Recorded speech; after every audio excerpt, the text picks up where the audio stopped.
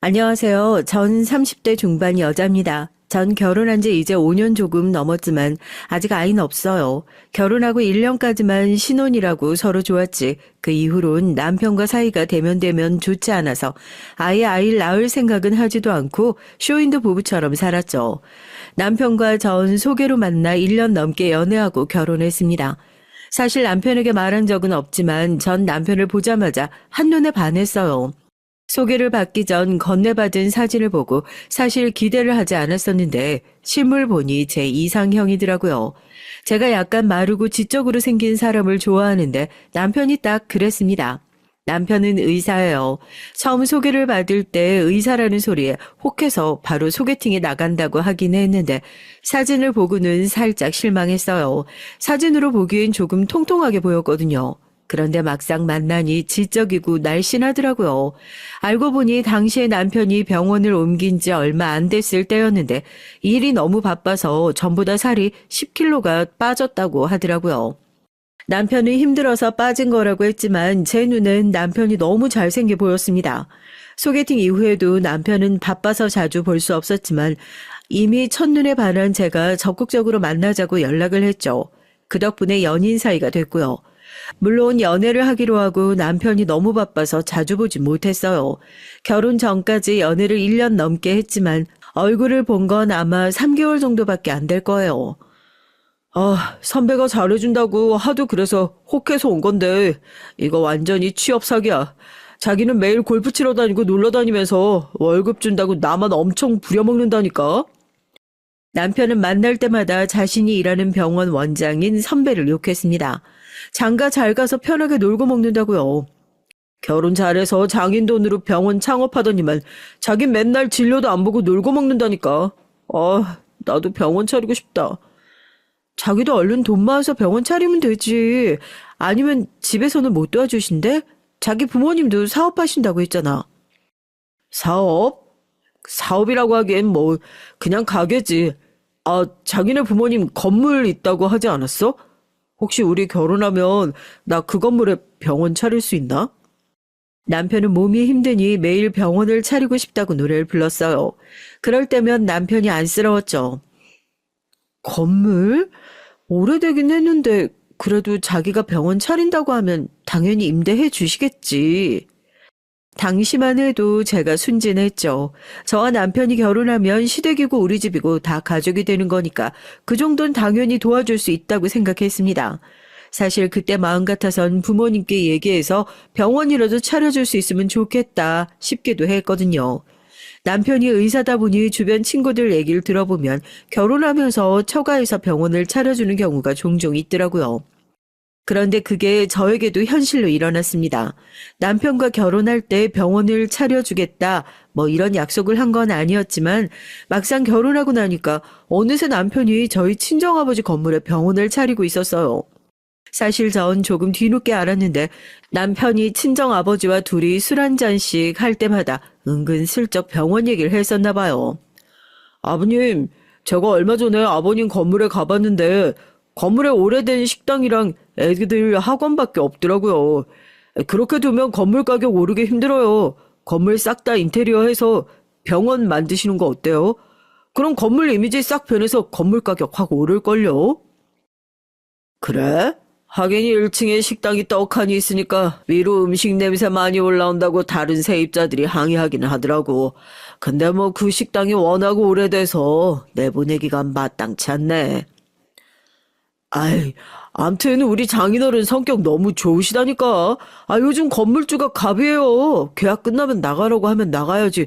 자기들이 어떻게 하겠어요? 아버님 건물 병원 짓기 딱 좋은데 위치도 좋고 주차장도 넉넉하고. 그래? 근데 내가 건물만 있지 모아놓은 돈이 없어서 새로 리모델링까지 하긴 힘들어. 자네가 어디서 돈 구할 수 있으면 내 건물로 한번 병원 차려보든지. 제가 외동딸이에요. 집안에 다른 자식도 없고 아들도 없다 보니 친정 부모님은 제가 결혼했을 때 남편을 아들처럼 생각하고 싶다고 하셨습니다. 더군다나 남편이 친정 부모님께도 살갑게 잘하니 예뻐하셨고요. 그랬으니 남편이 그렇게까지 말하는데 부모님께서 건물을 내어주지 않을 이유가 없었죠. 저도 남편이 선배 병원에서 월급 받으며 일하는 게 안쓰럽기도 했고요. 그런데 문제가 좀 있었습니다. 친정 아버지 건물이 좀 오래된 건물이라 인테리어 비용이랑 기물을 사려면 적어도 10억은 필요할 것 같았어요. 친정 아버진 그렇게 큰 돈은 없다고 하셨으니 그 일로 남편은 고민이 많았습니다. 뭘 그렇게 고민해? 한 푼도 없이 병원 차리면서 그런 생각도 미리 안 했어? 그냥 우리가 대출 받아야지 어떡해. 대출? 당신이 부모님 아래서 곱게만 자라서 세상 물정을 모르나 본데 나 같은 월급쟁이한테 누가 10억을 빌려줘. 더군다나 병원 차리려고 병원 그만두면 백수인데 그 건물이 내 건물도 아니고. 남편은 저더러 곱게 자라서 세상 물정을 모른다고 했지만 전 오히려 그런 남편이 더 이해가 안 됐습니다. 저런 생각도 안 하고 대책 없이 무조건 병원부터 차린다고 한 건가 싶어서요. 그런데 그때 남편이 말도 안 되는 소리를 했어요. 당신이 장인어른한테 한번 얘기하면 안 될까? 건물 담보로 대출 좀 받으시라고. 뭐? 아니 사위라고 임대료도 한 푼 안 받고 병원 차리게 해줬는데 또 돈 얘기를 어떻게 해? 병원을 차리고 싶어하는 남편 마음을 이해 못하는 건 아니지만 아무리 그래도 이렇게 다 친정 도움만 받겠다고 하니 전 좀 마음이 좋지 않았습니다. 친정 부모님이 증여받은 오래된 건물이 하나 있긴 하지만 경제적으로 여유가 많으신 건 아니에요. 갑자기 10억이나 되는 돈을 대출까지 받아 도와달라고 하기가 딸로서 죄송했습니다. 그러면 어떡해? 방법이 없잖아, 방법이. 남편은 흥분해서 화까지 내더라고요. 그 모습을 보는데 전 한숨이 절로 나왔어요. 연애할 땐 전혀 몰랐는데 결혼하고 나서부터 느낀 거지만 남편이 욕심이 좀 많아요. 주변 동료 의사들이나 선후배들을 보면서 굉장히 부러워하고 본인보다 잘 사는 사람이 있으면 그렇게 셈을 내고 성공하고 싶어 하더라고요. 그러다 얼마 뒤 명절이 다가와 시댁에 갔습니다. 그런데 남편이 잠시 머뭇거리는 듯 싶더니만 갑자기 시아버지께 병원 얘기를 꺼내면서 돈을 좀 빌려달라고 하더라고요. 병원 인테리어랑 기물 좀 사야 해서 그러는데 아버지 가게 담보로 대출 좀 받을 수 있어요? 아니, 너희 처가에서 병원 차려준다고 하지 않았어? 그럼 당연히 인테리어니 기물이니 다 포함해서 해주셔야지. 왜 또 돈이 들어가? 그게 얼만데? 장인어른 건물에 병원 차리게 도와주신다고 한 거지 아예 차려주신다고 한 건 아니에요. 건물만 빌려주신 것만 해도 얼마나 고마운 일인데. 그러니까 아버지가 한 10억 정도만 해주시면 제가 이자랑 원금 다달이 갚을게요. 뭐? 10억? 그게 말이 되냐? 아이고, 처가에서 의사사위 보면 다들 병원 못 차려줘서 안달이라는데 너희 장인은 뭐가 그렇게 손이 작다니? 시아버지께서 버럭버럭 소리를 지르시면서 제 얼굴을 쳐다보시는데 저 민망해서 얼굴이 다 빨개졌어요. 안 그래도 시부모님은 남편이 의사라고 엄청 어깨가 올라가서 결혼 전부터 절 은근히 무시하시는데 저런 소리까지 들으니까 속상하더라고요.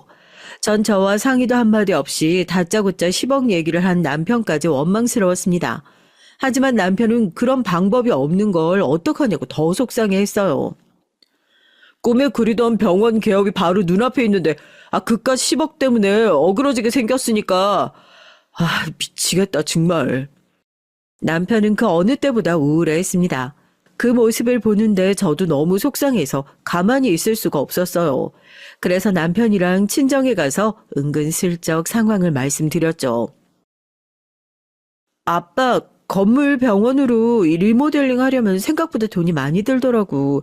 대출도 알아보고 시댁에도 말씀드렸는데 아무래도 힘들 것 같아. 아이고, 그런 일이 있으면 진작 말을 하지. 알았어. 아빠가 내일 은행 가서 대출 한번 알아볼게. 정말? 아빠 감사해요. 이서방 능력 있는 사람이니까 병원 꼭 성공시켜서 금방 갚을 거예요. 네, 아버님 제가 이 은혜 절대 잊지 않겠습니다.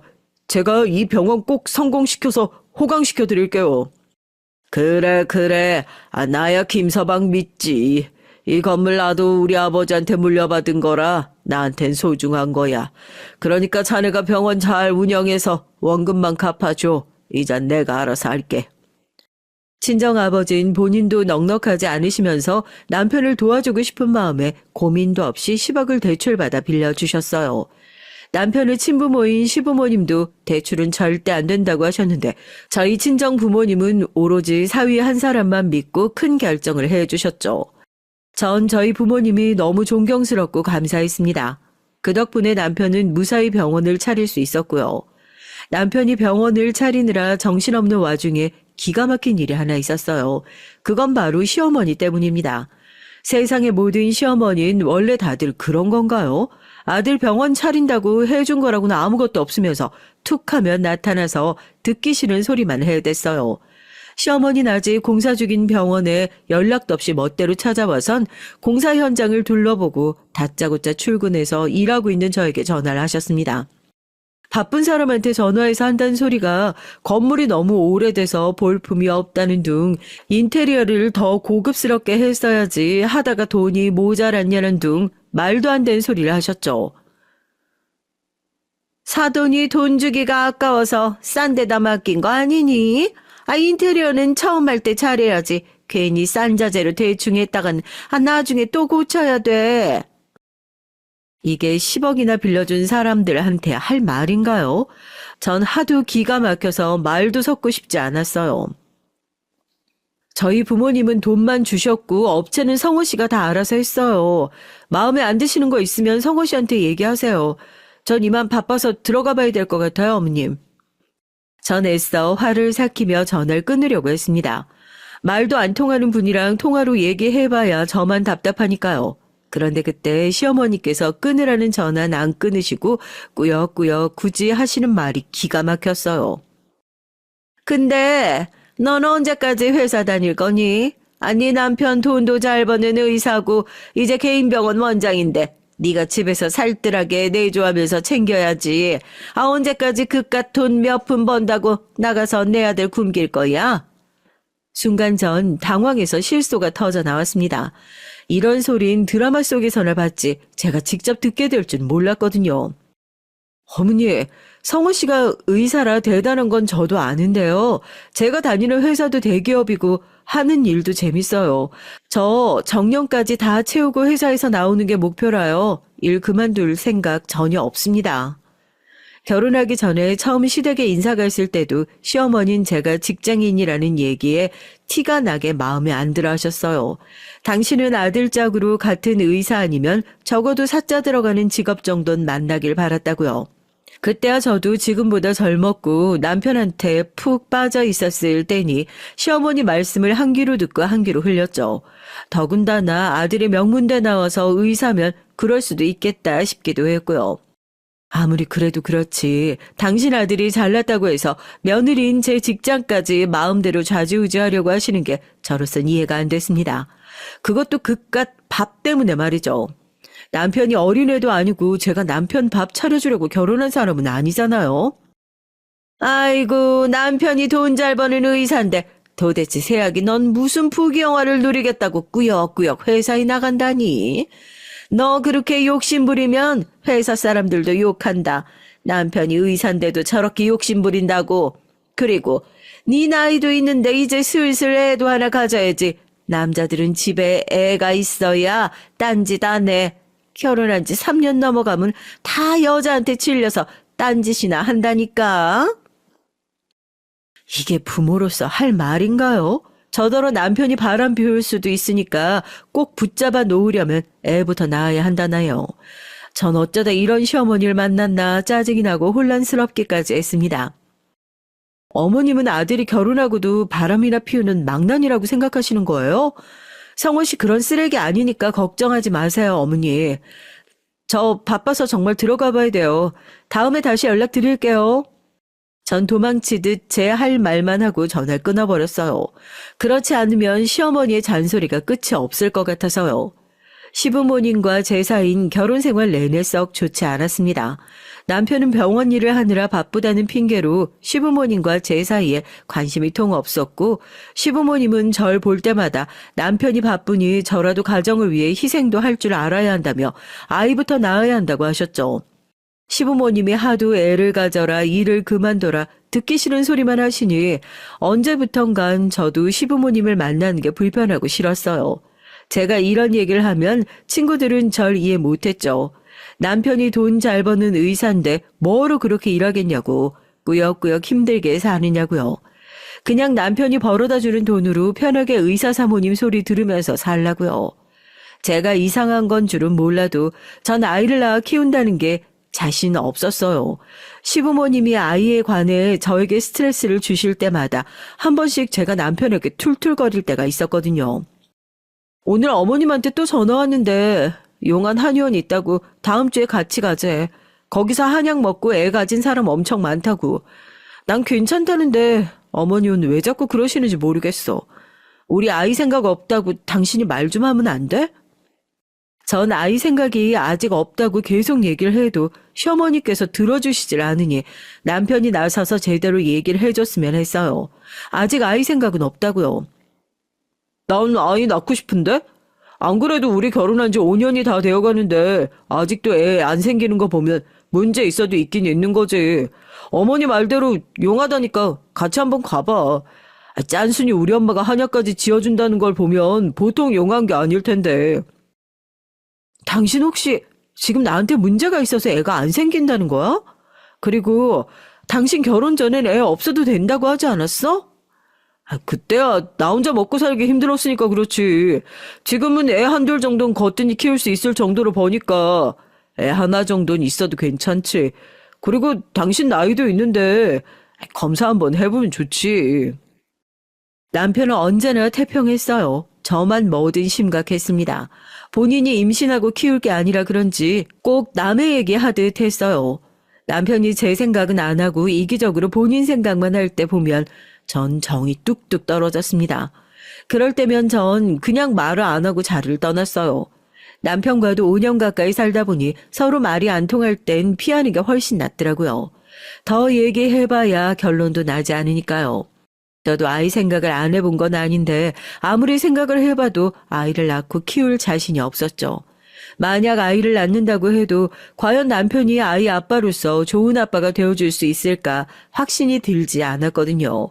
물론 저도 마찬가지고요. 저도 그렇고 남편도 그렇고 결혼해서 둘이 함께 살곤 있지만 살면 살수록 부부라기보단 룸메이트란 느낌이 많이 들었어요. 부부라고 둘이 같이 살긴 하지만 집만 공유하며 그냥 친구처럼 같이 사는 것 같달까요? 이게 보통의 부부인진 모르겠지만 이런 상태로 아이가 생긴다면 과연 우리가 아이를 잘 키울 수 있을까 걱정이 됩니다. 남편은 지금과 변하는 건 아무것도 없이 저만 너무 포기하고 희생해야 할 일이 많을 것 같아서요. 제가 이런 얘기를 하면 왜 그렇게 남편을 못 믿냐고, 남자들 원래 애나 생겨야 철이 드는 거라고 하실 수도 있지만 어쩐지 전 살면 살수록 남편이 미덥지가 않아요. 남편이 친정아버지께 돈까지 빌려서 병원을 개업했을 때도 사실 전 불안한 마음이 컸습니다. 남편이 유능한 의사라는 거야 저도 잘 알지만 개인 병원이라는 게 잘 될지 안 될진 막상 뚜껑을 열어봐야 아는 거잖아요. 혹시 병원이 안 돼서 친정에 빌린 돈도 못 갚게 될까봐 마음이 조마조마했습니다.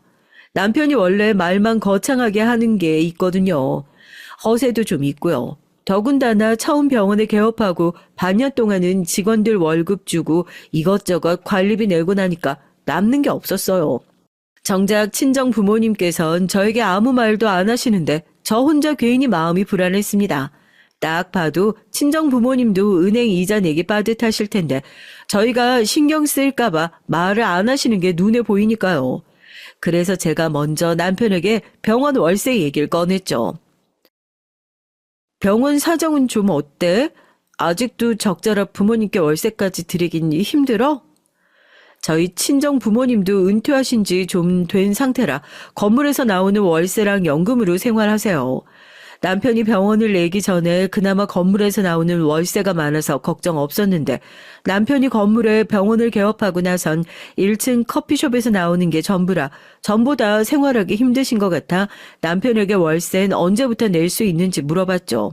그런데 제 기대와는 달리 남편 반응이 좋지 않았습니다. 안 그래도 본인도 병원 일로 머리가 아픈데 제가 월세 얘기까지 하니까 스트레스를 받는 것 같더라고요. 당신은 꼭 눈치 없이 그런 얘기를 해야겠어? 딱 보면 견적 안 나와. 지금 상황에 월세를 어떻게 내? 하지만 저도 제 입장이라는 게 있잖아요. 건물에 병원까지 짓게 해주고 돈까지 빌려줬으면 이런 얘긴 제가 아니라 남편이 먼저 해야 하는 거 아닌가 싶어 전 더 서운했습니다. 이러니 제가 남편을 못 믿어와 하는 거예요. 나이만 먹었지 다른 사람들 배려할 줄을 몰라요. 내가 지금 당장 월세를 내라는 게 아니라 차차 당신도 생각은 해야 한다는 거지. 만약에 병원이 우리 부모님 건물 아니고 다른 건물에 있었으면 당연히 월세 내야 하는 거잖아. 어떻게 그런 생각도 안 하고 당신은 그렇게 태평할 수가 있어? 더군다나 부모님이 우리 대신 대출까지 받아서 이자까지 내주시잖아. 저도 남편이랑 싸우려고 한 건 아니었는데 남편의 사소한 말 한마디에 욱하게 되더라고요. 딸 하나 있는 거 기껏 의사한테 시집 보내놨더니만 효도는커녕 있는 재산만 다 갉아먹고 있으니 저로선 죄송한 마음밖에 없었습니다. 제가 먼저 말하지 않아도 남편이 먼저 나서서 친정 부모님께 얘기라도 했다면 제가 이렇게 나서지 않았을 텐데 병원을 개업하고 나선 남편이 친정의 발길을 딱 끊어버리니 이래저래 남편한테 서운한 마음이 들더라고요. 물론 남편도 저희 친정 부모님 볼 낯이 없어서 그런 걸 수도 있겠지만 묘하게 정관 달라진 남편의 태도에 자꾸만 화가 나고 기분이 상했어요. 그래서 저라도 친정 가서 상황을 말씀드렸습니다. 돈까지 빌려놓고 저까지 나 몰라라 하고 있을 수 없어서요. 돈까지 빌려서 병원 차려놓고 월세도 못 드려서 죄송해요. 병원 상황 좋아지면 월세 2배를 드릴게요. 아이고 됐어. 병원이 차리자마자 이익 날 것 같으면 너도 나도 다 병원 차리지. 우린 괜찮으니까 올해는 월세 안 줘도 돼. 그러니까 괜히 김서방 신경 쓰게 월세니 뭐니 돈 얘기하지 마. 공부만 한 사람이 병원 운영까지 하려니 얼마나 머리가 아프겠냐. 친정 부모님은 그런 상황에서도 남편을 걱정하고 헤아려 줬죠. 월세 병원 사정 좋아지면 그때 다시 얘기하자고요. 그래도 다행인 게 병원 개업한 지 반년이 지나기 시작하면서 입소문이 나서 병원이 잘 되기 시작했어요. 병원이 잘 되기 시작하니 직원들도 많아지고 의사도 늘어 병원은 제법 자리를 잡았습니다. 슬슬 병원의 직원도 많아지고 의사들도 많아지니 남편도 전보다 여유가 많이 생겼어요. 남편이 꿈꾸던 대로 본인도 쉬는 날은 골프 치고 친구들이랑 등산도 갈 수 있을 정도로 시간이 많아졌습니다. 그런데 이상하게도 남편은 병원이 잘 되기 전에나 잘 되고 난 뒤에나 얼굴 보기가 힘들었어요. 그래도 저는 티격태격 싸우더라도 같이 저녁도 자주 먹고 데이트도 종종 하곤 했는데 최근엔 데이트는커녕 같이 밥을 먹은 지도 오래됐어요. 저도 직장 생활 하다 보니 평일엔 저도 늦을 때가 있거든요. 야근하거나 회식에 있어서 동료들이랑 술이라도 한잔하고 들어오면 남편도 집에 없었습니다. 병원 일이 많은가 싶어 이해하고 넘어가려고 해도 그렇다고 제가 퇴근하고 병원에 가면 병원에 있지도 않아요. 도대체 뭐하고 다니는 건가 싶어 전화하면 항상 노느라 바빴습니다. 병원에도 없고 오늘도 늦는 거야? 집에 가봐야 저녁 차려주는 마누라도 없는데 일찍 가봐야 뭐해. 대학 동기들이 골프 치자고 해서 스크린 골프장 와 있으니까 먼저 자. 우리 요즘 둘 다 바쁘다고 저녁도 한번 같이 못 먹었잖아. 평일에 바쁘면 이번 주말은 오랜만에 같이 영화라도 보자. 맛있는 것도 먹고. 주말에? 평소에 직장인은 주말에 무조건 쉬어야 한다고 집안일도 안 하고 누워만 있더니만 갑자기 웬 영화? 근데 이번 주는 내가 안 돼. 나 이번 주에 1박 2일로 야유회 갔다 오기로 했어. 갑자기 무슨 야유회? 병원 직원들이 다 가면 병원은 어떡하라고? 전 처음 듣는 얘기에 황당해서 야유회는 무슨 야유회냐고 투덜거렸죠. 이번 달 매출 최고 찍어서 영업팀 직원들 몇 명하고만 가기로 했어. 그러니까 영화든 뭐든 그건 그냥 다음에 봐. 결혼한 지 5년 만에 남편은 변해도 너무 변했습니다. 처음 병원을 개업했을 땐 이 정도는 아니었는데 언제부턴가 자꾸만 저에게 자신을 챙기지 않는다고 투덜거렸죠. 전엔 저도 일을 하니 집안일이든 먹는 거든 각자 다 알아서 하자고 해놓고요. 요즘은 자꾸만 저더러 밥을 안 챙겨준다는 둥, 주말에 힘들다고 누워만 있는다는 둥 안 하던 잔소리를 하고 괜한 꼬투리를 잡았어요. 남편이랑 얘기를 하다 보면 이건 남편이 아니라 꼭 시어머니랑 얘기하는 것 같았죠. 그런데 그게 다 이유가 있었습니다. 알고 보니 시어머니가 자기 아들에 관해 아주 잘 알고 있더라고요. 남편이 저에게 거짓말을 했다가 아주 된통 걸렸습니다. 이 인간이 글쎄 회사 직원들이랑 야유회에 간다고 하더니만 직원들이랑 간 게 아니라 병원 여직원 하나랑 여행을 간 거더라고요. 제가 남편의 더러운 거짓말을 어떻게 알게 됐느냐면요. 주말에 남편도 없고 해서 혼자 오랜만에 영화 보고 쇼핑도 했어요.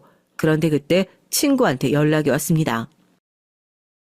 너 가평휴게소지? 내가 아까 네 남편이랑 둘이 팔짱 끼고 차에 타는 거 봐서 뒤에서 불렀는데 대답도 없이 가버리더라?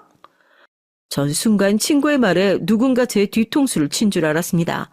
친구는 휴게소에서 제 남편을 보고 반가워서 따라갔는데 화장실에서 나온 여자랑 다정하게 팔짱 끼고 차에 타길래 당연히 전 줄 알고 연락을 한 거예요. 그랬구나. 오랜만에 남편이 쉰다고 해서 오붓하게 놀러 왔어. 휴게소가 시끄러워서 소리 못 들었네. 미안해. 전 너무 민망하고 쪽팔려서 친구에게 거짓말을 해버렸어요. 휴게소에서 본 그 여자가 제가 맞는다고요. 그럴 줄 알았어. 역시 애가 없으니까 결혼한 지 오래돼도 연애하는 것 같고 좋다 얘. 야, 뒤에서 보니까 둘이 아주 차에서 껴안고 난리던데? 부럽다. 여행 갔다 와서 우리도 얼굴 한번 좀 보자. 전 친구에게 곧 보자고 대충 둘러대고 전화를 끊었어요. 그리고 한참을 길에서 혼자 멍하니 서 있었죠. 그 잠깐 사이에 전 별의별 생각을 다 했습니다. 남편은 분명 저에게 야유회 간다고 했으니 친구가 본 여잔 단순히 병원 직원일지도 몰라요. 팔짱은 그냥 친해서 낀 걸 수도 있고요. 그 순간 전 울컥해서 그대로 길거리에 주저앉아 눈물을 쏟았습니다. 제가 너무 바보 같고 멍청해서요. 말도 안 되는 소리였습니다. 어떤 직원이 차에서 원장을 껴안고 장난을 치겠어요. 더군다나 남편이 아침에 차를 가져가길래 직원들은 어떻게 가냐고 제가 물었거든요.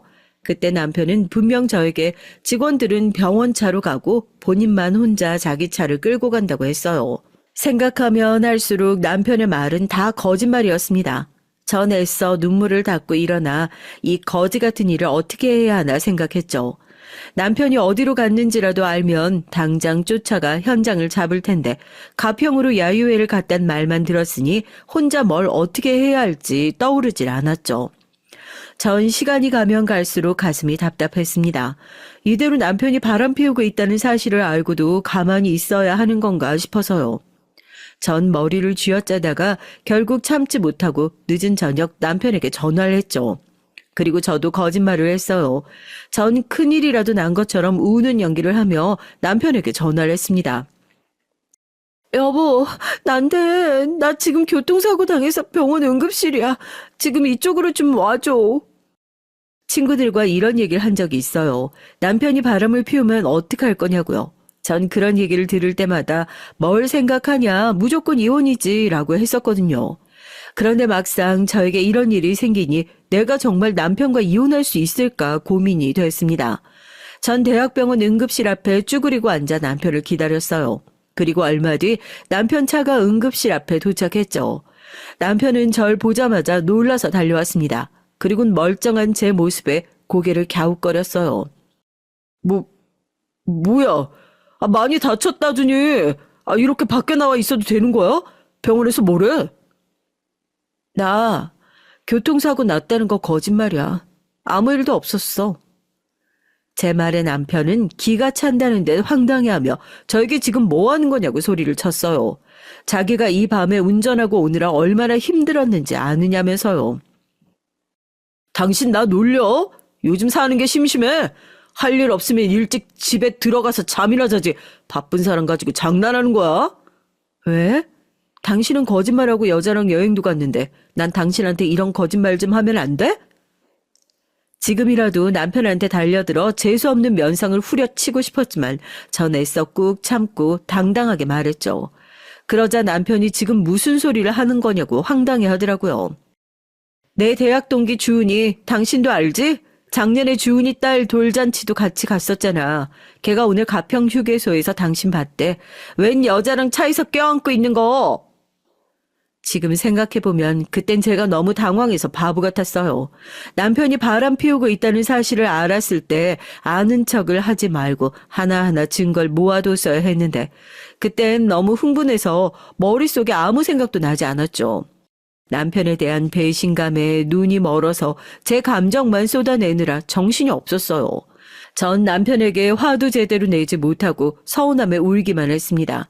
제 남편이 절 속이고 다른 여자와 하룻밤을 보내기로 했다는 사실이 믿기지가 않아서요. 전 땅이 꺼져라 울면서도 남편이 반성하길 바랬죠. 자신의 실수로 인해 제가 이 정도로 상처를 받았다는 걸 이 남자가 알았다면 제 앞에 무릎을 꿇고 싹싹 빌기를 바랬어요. 그랬다면 아마 저도 남편을 용서했을지 몰라요. 그래도 그땐 저도 남편을 사랑하는 마음이 남아있을 때였으니까요. 그런데 남편은 제가 생각한 것보다 훨씬 더 개자식이었습니다.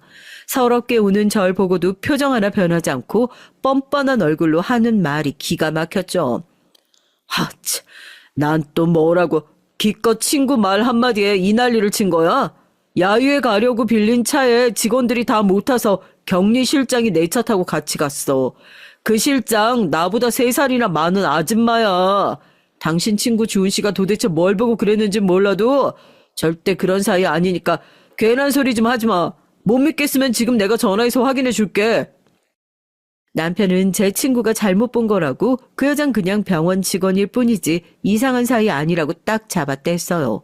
본인보다 나이도 많은 아줌마라고요. 주은이가 잘못 봤을 리 없어. 분명 당신이랑 그 여자랑 팔짱 끼고 차에서 포옹도 하고 있었대. 눈 하나 깜짝 안 하고 하는 소리에 전 살짝 흔들렸습니다. 사실 저도 내심 남편 말이 사실이길 바랐고요. 남편은 계속 그 여자한테 전화해서 확인해주겠다고 핸드폰을 꺼냈습니다. 그 순간 전 고민됐어요. 만약 남편 말이 사실이라면 괜히 병원 직원에게 전화했다가 저나 남편만 직원들에게 망신당하는 거 아닌가 싶어서요. 안 그래도 병원 원장이랑 마누라가 젊고 애도 없는데 원장 마누라가 의부증이라고 소문이라도 나면 안 되잖아요. 내가 요즘 바빠서 당신한테 소홀했던 건 미안한데 당신이 어떻게 날 의심할 수가 있어? 내 말보다 1년에 한두 번 보는 친구 말을 믿는 거야? 진짜 아니라는 거지? 당신 나 몰래 여자 만나고 다니는 거 아니지? 이미 흔들리기 시작한 제 눈빛에 남편은 자기 말이 사실이라며 쐐기를 박았습니다. 그러면서 절 꼭 안아주고 차에 태웠어요. 그러면서 하는 말이 자긴 절대 바람 같은 거 피울 수 없는 사람이니까 믿고 다시는 이런 짓 하지 말라고요. 남편은 곧바로 야유회에 간 직원들에게 전화해서 아내가 몸이 안 좋아서 본인은 다시 못 돌아간다고 전화를 했습니다. 그리고 일요일인 다음 날까지 제 곁에서 저와 함께 시간을 보내줬어요. 남편이 그렇게까지 하니까 전 남편을 믿기로 했죠. 제가 제 눈으로 직접 본 것도 아니고 친구가 지나가다가 뒤에서 본 일이니 무작정 남편만 의심할 수는 없다 싶었습니다. 그렇게 휴게소 사건은 일단락되고 남편과 제 사이도 회복되는 것 같았어요. 그런데 얼마 뒤 문제가 생겼습니다. 친정아버지와 남편 사이에 문제였어요. 병원이 대박이 나자 친정아버지께서 남편에게 빌린 돈을 갚으라고 얘기를 하셨어요. 대출 이자가 너무 올라서 아무래도 안 되겠다. 원금 10억 전부는 아니어도 김서방, 자네가 지금 줄 수 있는 만큼이라도 주면 좋겠는데. 친정아버지도 연금 나오는 거에 1층 커피숍 월세로만 생활하시다 보니 은행 이자 매달 낸다는 게 힘드신 것 같더라고요. 아버지 성격에 웬만하면 사위에게 직접 얘기하기 힘드셨을 텐데 상황이 좋지 않으니 참다 얘기하신 것 같더라고요. 사실 전 이런 일이 생길 줄 알았습니다. 남편 병원이 잘 되고 나서부터 남편 씀씀이가 커도 너무 컸어요. 바로 차를 1억이 넘는 외제차로 바꾸고 고가의 골프 용품도 척척 사고 다녔으니 친정에서 보시기에 저렇게 돈을 펑펑 쓰고 다니면서 빚은 왜 안 갚을까 생각하신 것 같았거든요. 그래서 저도 몇 달 전부터 아버지 돈 갚자고 몇 번이나 얘기를 했는데 남편은 듣는 둥 마는 둥 했죠. 제가 조금 더 강하게 얘기를 하면 남편이 자꾸만 욱하고 소리를 질러서 저도 남편과 더는 싸우기 싫어서 말을 아꼈어요. 휴게소 사건 이후 잠깐 사이가 좋아지는 듯 싶다가도 또 상의할 일이 있어서 얘기만 하기 시작하면 남편과 자꾸 싸우게 돼서 저도 웬만해선 남편과 말을 섞고 싶지 않았거든요. 안 그래도 이 사람한테 제가 얘기해뒀어요. 10억 전부는 아니더라도 일부는 해드릴 수 있지? 사위와 장인 사이에 돈 얘기가 오고 간다는 게 아무래도 서로 불편할 것 같아 제가 중간에서 남편에게 좋게 한 번 더 얘기를 했습니다. 그런데 그 순간 남편 표정이 안 좋더라고요. 그러더니 한다는 말이 기가 막혔습니다. 저도 빨리 갚아드리고 싶죠. 근데 병원 사정이 현금으로 몇 억씩 드리기 쉽지 않아요. 제가 원무과 격리실장이랑 상의해보고 빠른 시일 내에 알려드릴게요. 그래. 병원 운영한다는 게 쉬운 일이 아니지. 내가 괜히 김서방한테 독촉한 것 같아서 미안하네. 제가 보기엔 남편이 분명 돈이 있는 것 같은데 친정아버지 앞에서는 또 죽는 소리 하니까 전 짜증이 좀 나더라고요. 친정아버지야 사위가 그렇게 말을 하니 더는 말할 수 없으셨겠죠. 그날 저녁 집에 돌아오면서 남편과 전 대판 싸웠습니다. 저도 남편의 태도에 너무 화가 나서 마구 말을 쏟아냈어요. 당신 우리 아버지 돈 갚을 생각이 있긴 한 거야? 비싼 차에 골프장 회원권에 하루에도 몇 천씩 턱턱 쓰면서 정작 아버지 돈을 못 갚는다고 하면 어떡해? 내가 돈이 있는데도 안 드린다는 거야? 병원 사정이 그런 걸 나보고 어쩌라고. 그리고 가족끼리 그깟 10억 좀 안 갚으면 좀 어때? 장인어른도 웃긴 게 빌려줄 때는 아무 때나 갚으라더니 정작 병원 좀 되는 것 같으니까 볼 때마다 돈 언제 갚냐고 자꾸 독촉하는 거 무슨 사채업자 같지 않냐? 당신 무슨 말을 그렇게 해? 아빠도 상황이 힘드니까 그러시는 거지. 괜히 그래? 전 남편 말에 너무 서운해서 화가 났어요. 화장실 들어갈 때랑 나올 때 다르다더니 딱 그 짝이었죠. 아유 지겨워. 내가 그때 은행 빚을 지더라도 장인 돈을 빌리는 게 아니었는데 사람을 완전 빚쟁이 취급하고 있네. 뭐 빚쟁이? 우리 부모님이 당신한테 얼마나 잘해주시는데 그런 소리를 해. 말이 나왔으니까 하는 말인데 당신 부모님은 날 며느리로 생각이나 하셔? 맨날 애도 못 낳는 여자 취급하면서 일도 그만두라고 하잖아. 남편과 말씨름을 하다 보니 마음에 쌓여있던 말까지 전부 다 토해내고 말았습니다. 그동안 남편뿐만 아니라 시부모님한테 쌓였던 울분까지 다 쏟아내고 말았죠. 그런데 제 말에 남편은 여기서 왜 자기 부모 얘기가 나오냐고 소리를 치더니 지겨워 죽겠다고 하곤 문을 박차고 나가버렸어요. 밤 11시가 넘었는데 그냥 나가버렸어요. 저도 지겨웠습니다. 도대체 언제까지 이렇게 살아야 하는 건지 모르겠더라고요. 그런데 그날 결국 이 일이 터지고 말았어요. 남편은 그날 밤 집에 들어오지 않았습니다. 전 들어오든지 말든지 신경 쓰지 않고 자려고 했는데 새벽 2시가 넘어서 전화가 한 통 걸려왔어요. 웬 술집이었는데 남편이 술에 취해 쓰러져 있으니 데리러 오라고요.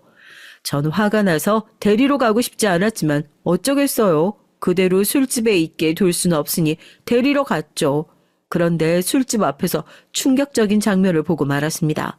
남편이 웬 여자에게 부축을 받은 채 술집에서 나와서 그 여자의 차를 타고 사라졌어요. 그리고 더 충격적인 건 그 여자의 정체였습니다. 그 여자는 바로 병원의 원무과 직원 격리실장이었어요. 남편보다 3살 많다던 그 아줌마요. 남편은 그날 집에 돌아오지 않았어요. 전뜬 눈으로 밤을 새웠죠. 그리고 남편은 다음날 저녁이 돼서야 집에 돌아왔습니다. 남편은 아무렇지 않은 얼굴로 집에 들어와서 잠을 자고 다음날 병원에 나갔어요. 저에게 일절 말 한마디 하지 않고요. 전 그 이후로 한 달 동안 남편과 말 한마디도 하지 않았습니다. 한 집에 살면서 각자 밥을 먹고 각 방에서 잠들었어요. 그리고 얼마 뒤 친정아버지께서 저와 남편을 부르셔서 퇴근하고 각자 친정에 갔습니다. 친정아버지는 도저히 은행 이자를 감당할 수 없다며 원금을 지금 당장 갚든 아니면 다른 곳에서 돈을 좀 구하든 해야 할 것 같다고 하셨죠. 김서방, 내가 이번 주까지 원금 상환하기로 했다고 말하지 않았나? 일이 바빠도 일부라도 좀 정리를 해서 줘. 한 달 동안 남편이랑 말을 안 하고 지내서 몰랐는데 친정아버지가 남편에게 계속 연락을 했었나 봐요. 돈을 빌릴 때보다 이자가 너무 많이 올라서 아버지가 더는 내기 버겁다고요. 그런데 그때였습니다. 남편이라는 놈이 굳이 그 자리에서 하지 않아도 될 말을 내뱉고 말았어요. 아, 그거 얼마나 된다고 자꾸 이러세요. 제가 알아서 드린다고 했잖아요. 빚쟁이도 아니고 쪽팔리게. 아, 자꾸 왜 이러시는 거예요? 남편은 처음 결혼해서 친정 아버지께 건물에 병원을 짓게 해달라던 그때 그 남자가 아니었습니다. 병원이 성공해서 돈 냄새를 좀 맡더니만 사람이 180도 달라졌어요. 뭐? 쪽팔려? 김서방, 자네 지금 말 다 했어? 아, 진짜 바빠 죽겠는데 자꾸 오라가라. 암튼 알았어요. 제가 돈 갚을게요. 대신 아버님 딸은 반품해도 되죠? 제가 아버님 얼굴 봐서라도 어떻게든 살아볼까 했는데 애가 내조라고는 할 줄 모르는 게 병원장 사무로는 영 아닌 것 같아서요. 남편은 선을 넘어도 심하게 넘었습니다.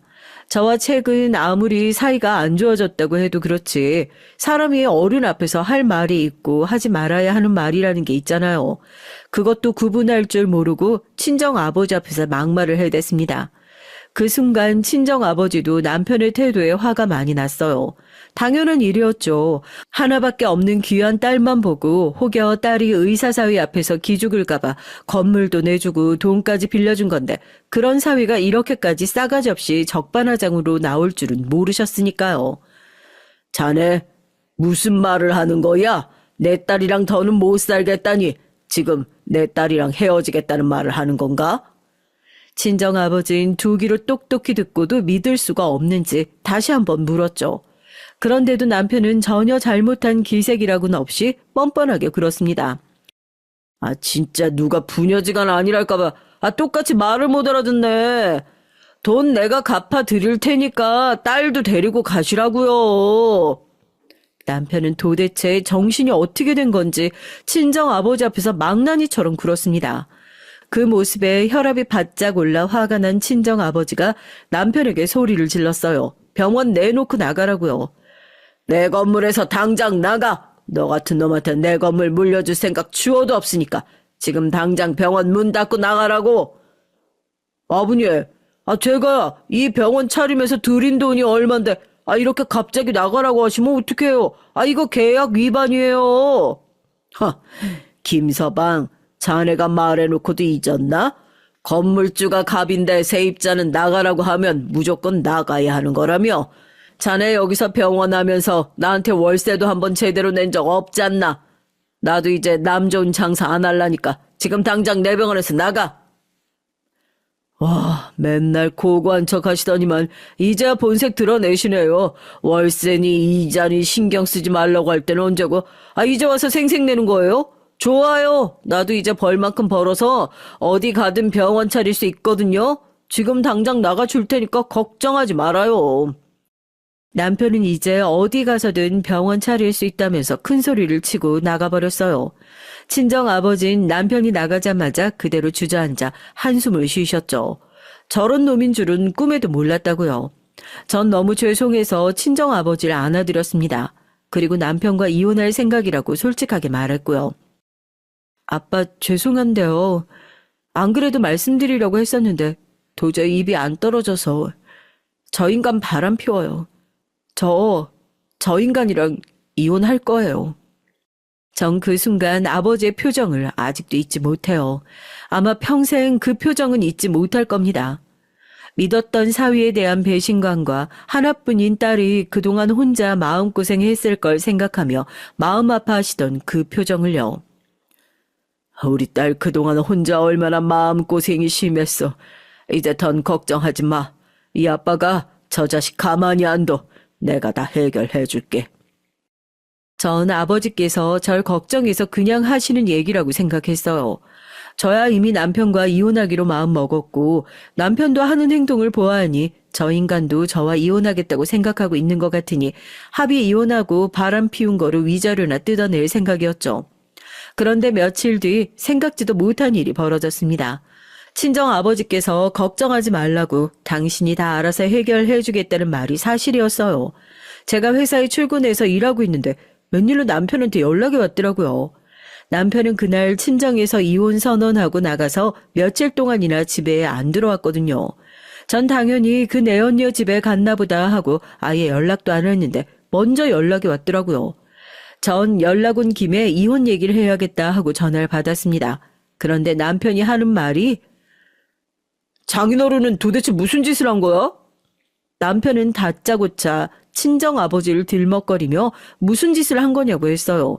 전 무슨 개소리를 하는 건가 싶어서 무슨 소리를 하는 거냐고 물었죠. 지금 우리 병원이랑 아버지 가게까지 세무조사 들어오고 난리 났어. 나랑 우리 아버지까지 몽땅 다 망하게 생겼다고. 남편은 거의 울부짖으며 저한테 어떻게 이럴 수가 있냐고 소리를 지르더라고요. 그 목소리만 들어도 전 자꾸 웃음이 나왔어요. 직접 눈으로 보지 않고 소리만 들어도 정말 고소하더라고요. 저희 친정아버지가 몇 년 전 정년퇴직했지만 사실은 고위공무원 출신이에요. 특히나 국세청에서 오래 근무하셔서 그쪽으로 아주 빠삭하십니다. 아버진 남편을 가만두지 않겠다고 하시더니만 정말로 해내셨어요. 아는 공무원 지인들에게 얘기해서 남편 병원이랑 시아버지 가게까지 탈탈 털어버리기로 작정하신 거죠. 아버지는 남편이 병원 격리실장이랑 바람이 났다는 얘기를 듣자마자 병원 세무조사를 해야겠다 생각하셨답니다. 병원장이 격리실장이랑 가까운 건 아무래도 탈세가 엮여 있지 않을 수가 없다고요. 그날 이후 남편은 쫄딱 망했어요. 세무조사가 나올 건 꿈에도 몰랐는지 아주 그 내연년이랑 작정하고 엄청나게 해먹었더라고요. 아주 천생연분이 따로 없었습니다. 시아버지 가게야 작은 식당이니 세금하고 벌금해서 얼마 나오지 않았지만 남편 병원은 지난 5년간 작정하고 세금 탈세를 저질러서 추징금이 장난 아니게 나왔거든요. 코로나 때 병원 매출이 늘면서 결제대행 수수료를 과다 지급하고 수수료는 병원 파견 직원들 경비 처리하면서 지급 수수료 중 일부를 남편이 현금 페이백으로 받았더라고요. 그걸 그 내연년이 다 도와서 처리했고요. 남편은 결국 감당할 수 없이 큰 벌금형을 받았고 병원 문을 닫아야 했습니다. 지금까지 번 돈은 벌금으로 다 토해냈고요. 전 아버지 덕분에 수월하게 복수도 하고 이혼도 했습니다. 세무조사하는 중 남편과 그 내연년의 불륜 증거도 대거로 나와서 소송을 하는데 큰 도움이 됐어요. 남편과 그 내연년은 저에게 위자료 3억을 지급하기로 판결이 났습니다. 주변에 제가 남편에 관해 얘기를 한 번도 한 적이 없어서 그런지 제가 이혼했다는 말에 다들 놀라더라고요. 도대체 무슨 일이길래 능력 있는 의사 남편이랑 헤어지냐고요. 주변에서 그런 소리를 할 때마다 전 콧방귀를 꼈습니다. 내가 능력 있는데 의사 남편이 뭐하러 필요해? 귀찮게 밥이나 차리라고 하고 빨랫감만 더 늘어나지. 내가 왜 이혼했는지 남편이 어떤 인간인지 구구절절 말 많지만 전 애써 남자랑 사는 게 귀찮아졌다고 대충 말하고 말았습니다. 이제 던 남들이 하는 말에 신경 쓰면서 살고 싶지 않아요. 그래봤자 제 나이 40대 중반이에요. 인생을 다시 시작하기에 딱 좋은 나이입니다. 한 번뿐인 인생을 남편 같은 쓰레기랑 낭비하면서 사느니 지금이라도 헤어져서 저 혼자 살 수 있는 것에 감사해요. 다행히도 아직 아이도 없고요. 결혼과 이혼으로 이래저래 힘든 순간도 있었지만 배운 게 많아요. 사람 보는 눈은 확실히 생긴 것 같습니다. 앞으로도 제 인생이 어떻게 될진 저도 한치 앞을 모르지만 한 가지 확실한 건 부모님께 효도하며 즐겁게 살기로 했다는 거예요. 여러분 중에도 저와 비슷한 일을 겪으신 분들이 계시다면 절대 기죽지 말고 우리 어깨 활짝 펴고 행복하게 살아요. 이혼 그거 별거 아니니까요. 끝까지 제 얘기 들어주셔서 감사합니다. 앞으로 저의 앞날에 꽃길만 가득할 거라는 응원의 댓글 많이 달아주세요. 여러분의 가정에도 언제나 즐거운 일만 가득하시길 바라겠습니다. 안녕하세요. 전 50대 아줌마입니다. 전 아들 하나 낳고 이혼한 지 벌써 20년이 지났어요. 전 아들을 생각해서라도 어떻게든 결혼 생활을 유지하고 싶었지만 도저히 남편과 같이 살 수 없었죠. 전 어릴 때 부모님이 두 분 다 일찍 돌아가셔서 할머니 손에 살았습니다. 제가 국민학교에 들어가기도 전에 할머니마저 돌아가셔서 전 친척집을 전전하고 다녔어요. 나중에 외삼촌이 기숙사가 있는 공장을 소개해줘서 공장에 들어가 먹고 자며 돈을 벌었습니다. 사실 제가 살아온 과거를 얘기하면 사람들이 다들 절 안쓰럽게 생각해요. 부모도 없이 어린애가 친척집을 전전하며 눈칫밥을 먹으며 컸으니 얼마나 고생이 많았냐고요. 하지만 전 굉장히 긍정적인 편입니다. 아주 어릴 땐 사실 시골에서 할머니 손에만 자랐기 때문에 꼭 엄마 아빠가 있어야 하는 건지도 몰랐어요. 더군다나 할머니께서 절 금이야 오기야 귀하게 키워주셨기에 크게 고생하지 않고 자랐죠. 할머니께서 돌아가시고 나서 친척집 여기저기 돌아다닐 땐 물론 눈칫밥도 먹고 마음 상하는 일도 자주 있었지만 그럴 때마다 마음 쓰지 않고 후를 털어버렸습니다. 사실 제가 친자식도 아닌데 외삼촌이랑 이모들이 제가 고등학교 졸업할 때까지 키워줬으면 그분들도 할 만큼 하신 거죠 뭐. 남의 집에 살면서 그 정도 눈칫밥도 안 먹고 살면 제가 염치가 없는 거라고 생각하는 편이 차라리 마음이 편했습니다. 전 우여곡절이 있었던 인생에 비해 친구도 많고 재미있게 학창 시절을 보냈어요. 공부는 하지 않았지만 그래도 사고 한 번 안 치고 잘 컸습니다. 공장에 가서도 일도 잘하고 언니들에게 귀여움받으며 잘 지냈으니까요. 남편이 절 처음 만났을 때 철없는 부잣집 아가씨인 줄 알았다는 걸 보면 제가 살아온 세월에 비해 많이 철부지 같아 보이기는 했었나 봐요. 전 20대 때 남편을 만나 화끈하게 연애 결혼을 했어요. 그런데 결혼은 연애와 좀 다르더라고요. 화끈했던 연애는 결혼하자마자 시들하게 식어버렸죠. 이런 얘기 좀 부끄럽지만 남편과 나이트에서 만났습니다. 반짝이는 조명 아래서 같이 춤도 추고 어두운 스테이지 아래서 술도 먹다 보니까 어느새 취해서 둘이 불이 붙어버린 거죠. 남편과의 연애는 롤러코스터 같았습니다. 하루는 서로 너무 죽이 잘 맞아서 신나게 놀았는데 바로 다음 날은 서로 뭐가 그렇게 뒤틀리는지 죽일 듯 싸웠죠. 그땐 철이 없어서 그게 사랑인 줄 알았어요. 제가 남편을 많이 좋아하긴 했지만 결혼 생각은 전혀 없었습니다. 사실 제가 부모도 없고 가진 것도 없다 보니 남자라도 좀 제대로 된 남자를 만나고 싶었거든요.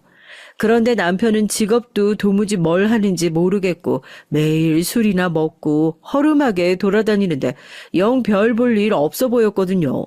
거기다 허세는 또 있어서 비싼 옷만 입고 비싼 음식만 먹고 다니면서 돈을 펑펑 썼어요. 남편이 가장 마음에 들지 않았던 건 주변에 여자가 너무 많았다는 겁니다. 그런 점 때문에 매일 싸우다 보니 이 남자랑은 대충 연애나 좀 하다가 헤어질 생각이었죠. 그런데 하늘도 무심하시지 새파란 처녀가 덜컥 임신을 하게 된 거예요. 지금은 어떨지 모르지만 제가 20대 때만 해도 결혼 안 한 처녀가 임신했다고 하면 세상이 발칵 뒤집히는 줄 알았거든요. 안 그래도 부모님도 일찍 돌아가셔서 고아로 자란 데다가 공장에서 일하는 공순이었는데 애까지 임신했다고 하면 남자 쪽 부모님께서 뭐라고 생각하실지 뻔했죠. 전 당시 남자친구였던 남편에게 펑펑 울면서 임신했다고 말했어요. 남편과 오래 만날 생각이 아니었는데 일이 이렇게 돼버렸으니 저도 너무 속상했죠. 남편도 놀라긴 마찬가지였습니다. 남편은 곤란하다는 듯 머리를 헝클었어요. 아이, 넌 무슨 여자애가 그렇게 조심성이 없냐? 아이, 나 이제 아버지한테 죽었네. 할 수 없지. 그냥 결혼해야지. 영화에서 나오는 감동적인 고백을 바란 건 아니지만 세상에 이런 프로포즈가 또 있을까요? 애가 생겼으니 할 수 없이 결혼하자네요. 전 애만 아니었으면 절대 그 자리에서 결혼 승낙하고 싶지 않았어요. 하지만 어쩌겠어요. 상황이 이렇게 되어버렸으니 제가 한 일에 책임을 져야 했죠. 저와 남편은 곧장 시아버지한테 인사를 드리러 갔습니다. 알고 보니 남편도 어머니가 일찍 돌아가셔서 시아버지께서 일찍부터 혼자셨다고 하더라고요. 남편이 중학교에 입학했을 때 어머니께서 돌아가셔서 시아버지께서 교복 셔츠까지 빨아서 다려줬다고 하더라고요. 그런데 놀라운 사실이 한 가지 더 있었습니다. 남편은 제가 생각했던 별 볼 일 없는 남자가 아니더라고요. 남편을 따라간 시댁은 마치 대궐 같았습니다. 남편이 서울 토박이라는 건 알고 있었지만 서울 중심부에 떡하니 대궐 같은 전원주택에 살고 있을 줄은 몰랐어요. 거기다가 집에 일하는 아줌마가 2분이나 있었고요. 청소나 빨래 같은 건 집안일을 해주시는 분 따로, 식사 준비만 해주시는 분 따로 있었습니다. 전 태어나서 처음 들어와 보는 2층 저택에 놀라서 여기저기 구경하느라 눈을 떼질 못했어요. 와, 집이 왜 이렇게 좋아? 당신 부잣집 아들이었어? 내가 말 안 했나? 우리 집 사업 꽤 크게 한다고. 그러니까 우리 아버지한테 잘 보여. 겉보기엔 좀 무서워 보여도 잘만 보이면 자다가도 떡이 생긴다니까. 시아버진 시할아버지께 물려받은 작은 공장을 키워 현재 꽤 큰 규모의 의류회사를 운영 중이시더라고요. 동남아 쪽에도 공장이 있을 정도로 사업을 크게 하신대요. 전 너무 속물 같아 보일 수 있지만 사실 너무 좋았어요. 너무 좋아서 남편의 말을 듣는 순간 입이 다물어지질 않았습니다. 전 배를 슬쩍 문질렀어요. 바로 몇 분 전까지 제 인생을 통째로 뒤흔들어 혼란스럽게 했던 뱃속의 아기가 복덩이일 줄 꿈에도 몰랐으니까요.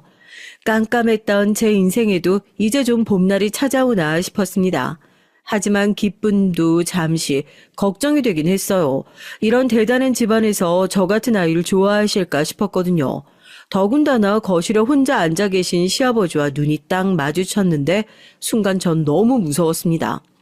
역시 사업을 하시는 분이라 그런지 눈빛도 매섭고 카리스마가 느껴지더라고요. 매섭게 절 노려보시던 시아버진 제가 긴장한 얼굴로 쭈뼛거리니까 순간 표정이 변하시더군요. 그러더니 저에게 얼른 자리에 앉으라고 하셨습니다. 아이고, 몸도 성치 않을 텐데 뭘 그렇게 멀뚱히 서 있어. 얼른 자리에 앉아라. 남편 말대로 겉보기엔 차갑고 무서워 보였지만 무뚝뚝한 얼굴로 절 챙겨주시는 모습이 다정하게 느껴졌습니다. 전 아버지가 없어서 그런지 시아버지를 처음 봤을 때부터 이상하게 좋았어요. 시아버지가 무서워서 바짝 얼어서도 왠지 잘 보이고 싶었습니다. 멀쩡하게 생긴 게 왜 우리 아들같이 못난 놈을 만나서 인생을 꼬았대? 암튼 너도 이제 우리 집안 사람이니 편하게 아버지라고 불러. 배 나오기 전에 얼른 결혼 날짜도 잡고. 왜 그랬는지 모르겠는데 순간 저도 모르게 눈물이 왈칵 쏟아졌어요. 저도 몰랐는데 나름 시아버지께 인사를 드리러 온다고 저도 긴장했었나 봐요. 시아버지께서 부모님이나 제가 살아온 배경에 대해 꼬치꼬치 물으실까봐 겁먹고 있었는데 아무런 질문 없이 단번에 절 가족으로 받아주시니 저도 모르게 울컥 감동하고 말았습니다.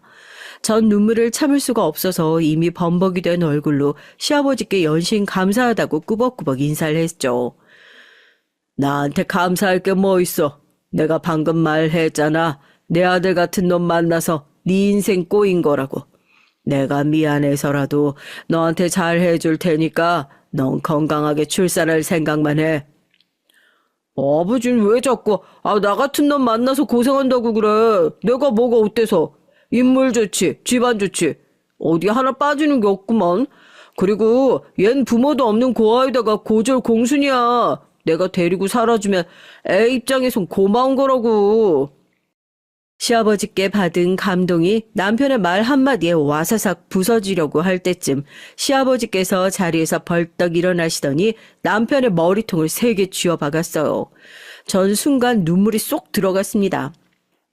이 자식이 어디서 아내 될 여자한테 공순이의 고아란 소리를 해. 그리고 네 처될 사람이 몇 살인데 고아야.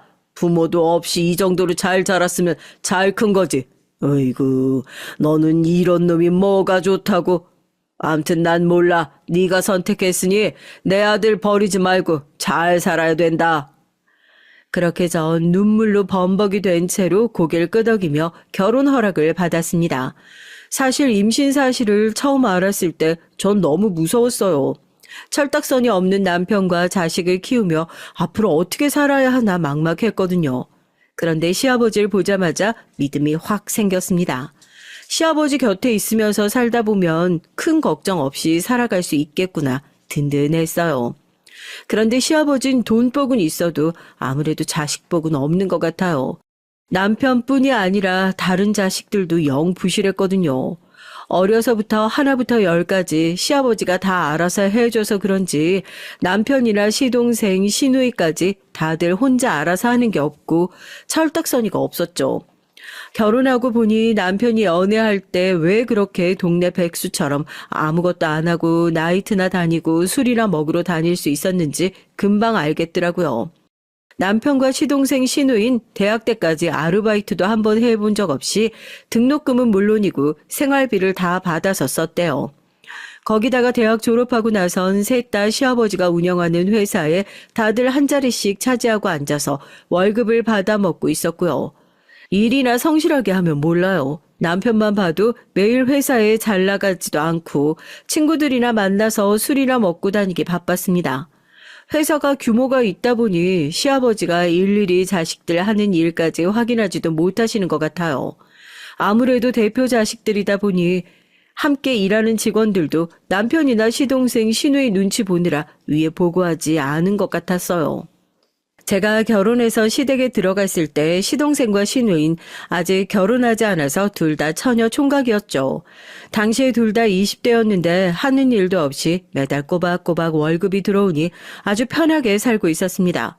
정말 아무것도 안 하고 매일 놀러 다니기 바빴어요. 그래서 그런지 시동생과 시누이도 남편과 별반 다르지 않았습니다. 철도 없고 생각도 없었고요.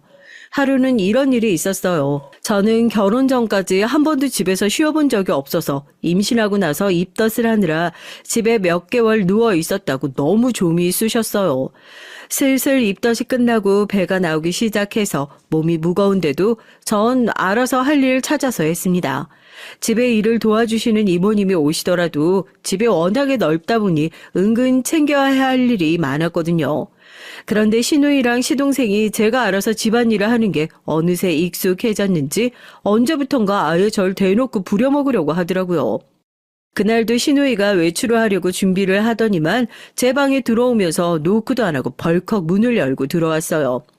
언니, 내가 세탁하라고 맡겨놓은 블라우스 안 찾아왔어요? 나 그거 오늘 입어야 되는데 안 찾아오면 어떡해요? 같은 집에 사는 식구니 제가 외출하거나 장을 보러 갈 때 한 번씩 시누이 세탁물을 세탁소에 맡겨주곤 했어요. 물론 도와줄 순 있지만 그게 제 일은 아니죠. 그런데 시누이는 아무래도 제 일로 착각하고 있는 것 같더라고요. 아가씨, 내가 블라우스를 맡겨줬으면 찾는 건 당연히 아가씨가 해야죠. 아가씨 세탁물을 왜 내가 찾아요? 엄마? 언니 너무 웃긴다. 그런 일이야 당연히 집에서 노는 사람이 하는 거지. 제가 왜 해요? 얄미운 표정을 하고 말하는데 너무 재수가 없었죠. 어쩜 같은 말을 해도 저렇게 기분 나쁘게 할 수 있는지 모르겠습니다. 아가씨도 아무것도 안 하고 집에서 놀잖아요. 아가씨 일은 아가씨가 알아서 해요. 언니가 몇 개월 내내 우리 집에서 편하게 살더니만 이제 아예 주제 파악이 안 되나 보네. 난 엄연히 직업이 있고 월급 받는 사람이지만 언닌 집에서 놀면서 우리 아버지한테 생활비 받아서 쓰잖아요. 그러면 당연히 세탁소 가는 일은 언니가 알아서 할 일이죠. 신우의 말에 전 기가 막혀서 순간 말문이 막혔습니다. 내가 언니라고 불러주니까 자기가 무슨 진짜 언니라도 되는 줄 아나.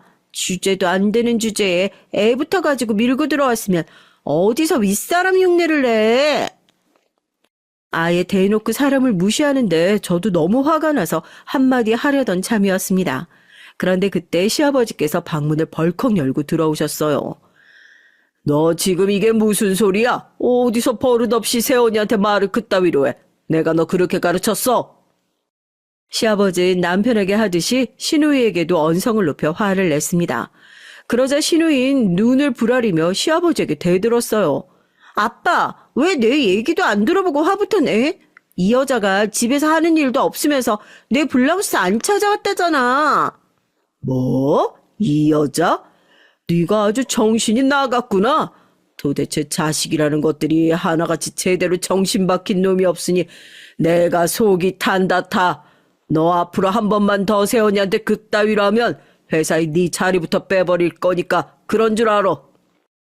시아버지의 불호령에 그제야 눈을 번쩍인 시누인 바로 꼬리를 내리고 깨갱했어요.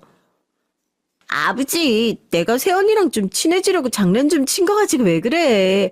언니, 미안해요. 블라우스는 내가 찾아올 테니까 신경 쓰지 말아요.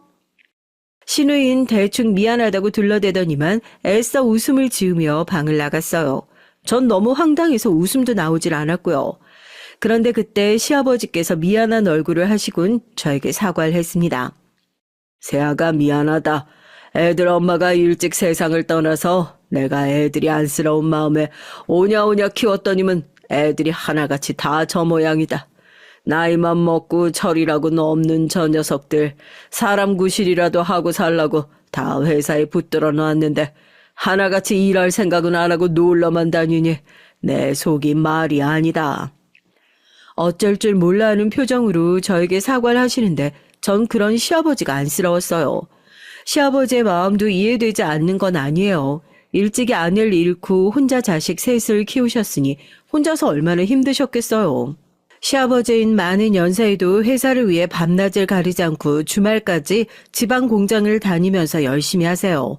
제가 시댁에서 같이 살다 보니 시아버지의 스케줄을 웬만하면 다 알고 있었는데 젊은 저도 시아버지처럼 못 살 것 같아요. 어김없이 새벽이면 5시에 일어나서 동네 산책을 한 바퀴 돌고 집에 들어오셔서 신문 보시면서 아침을 드시고 7시면 어김없이 출근하셨죠. 그리고 항상 저녁 8시나 돼야 집에 돌아오셨어요.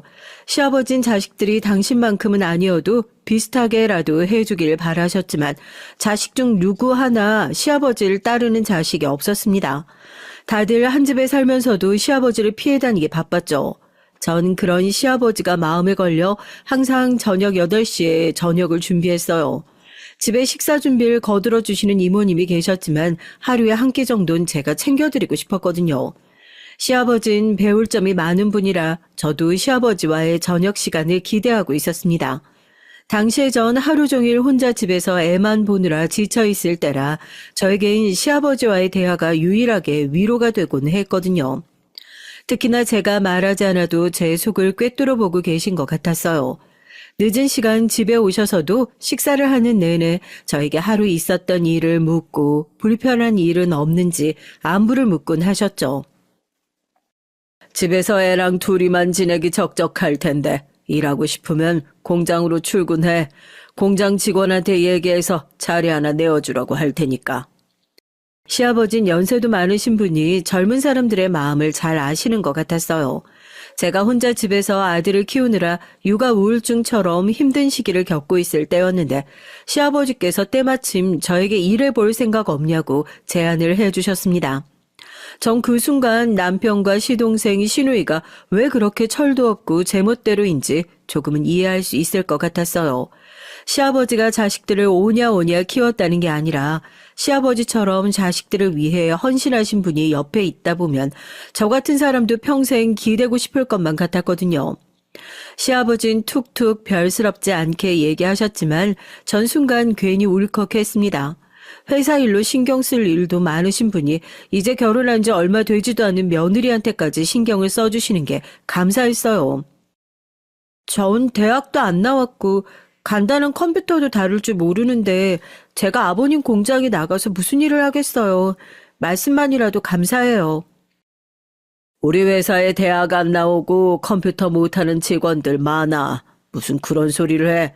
회사 일이 싫으면 다른 거라도 얘기를 해봐라. 새아기 너 요리도 잘하고 반찬도 잘하는데 내가 식당이라도 하나 차려줄까?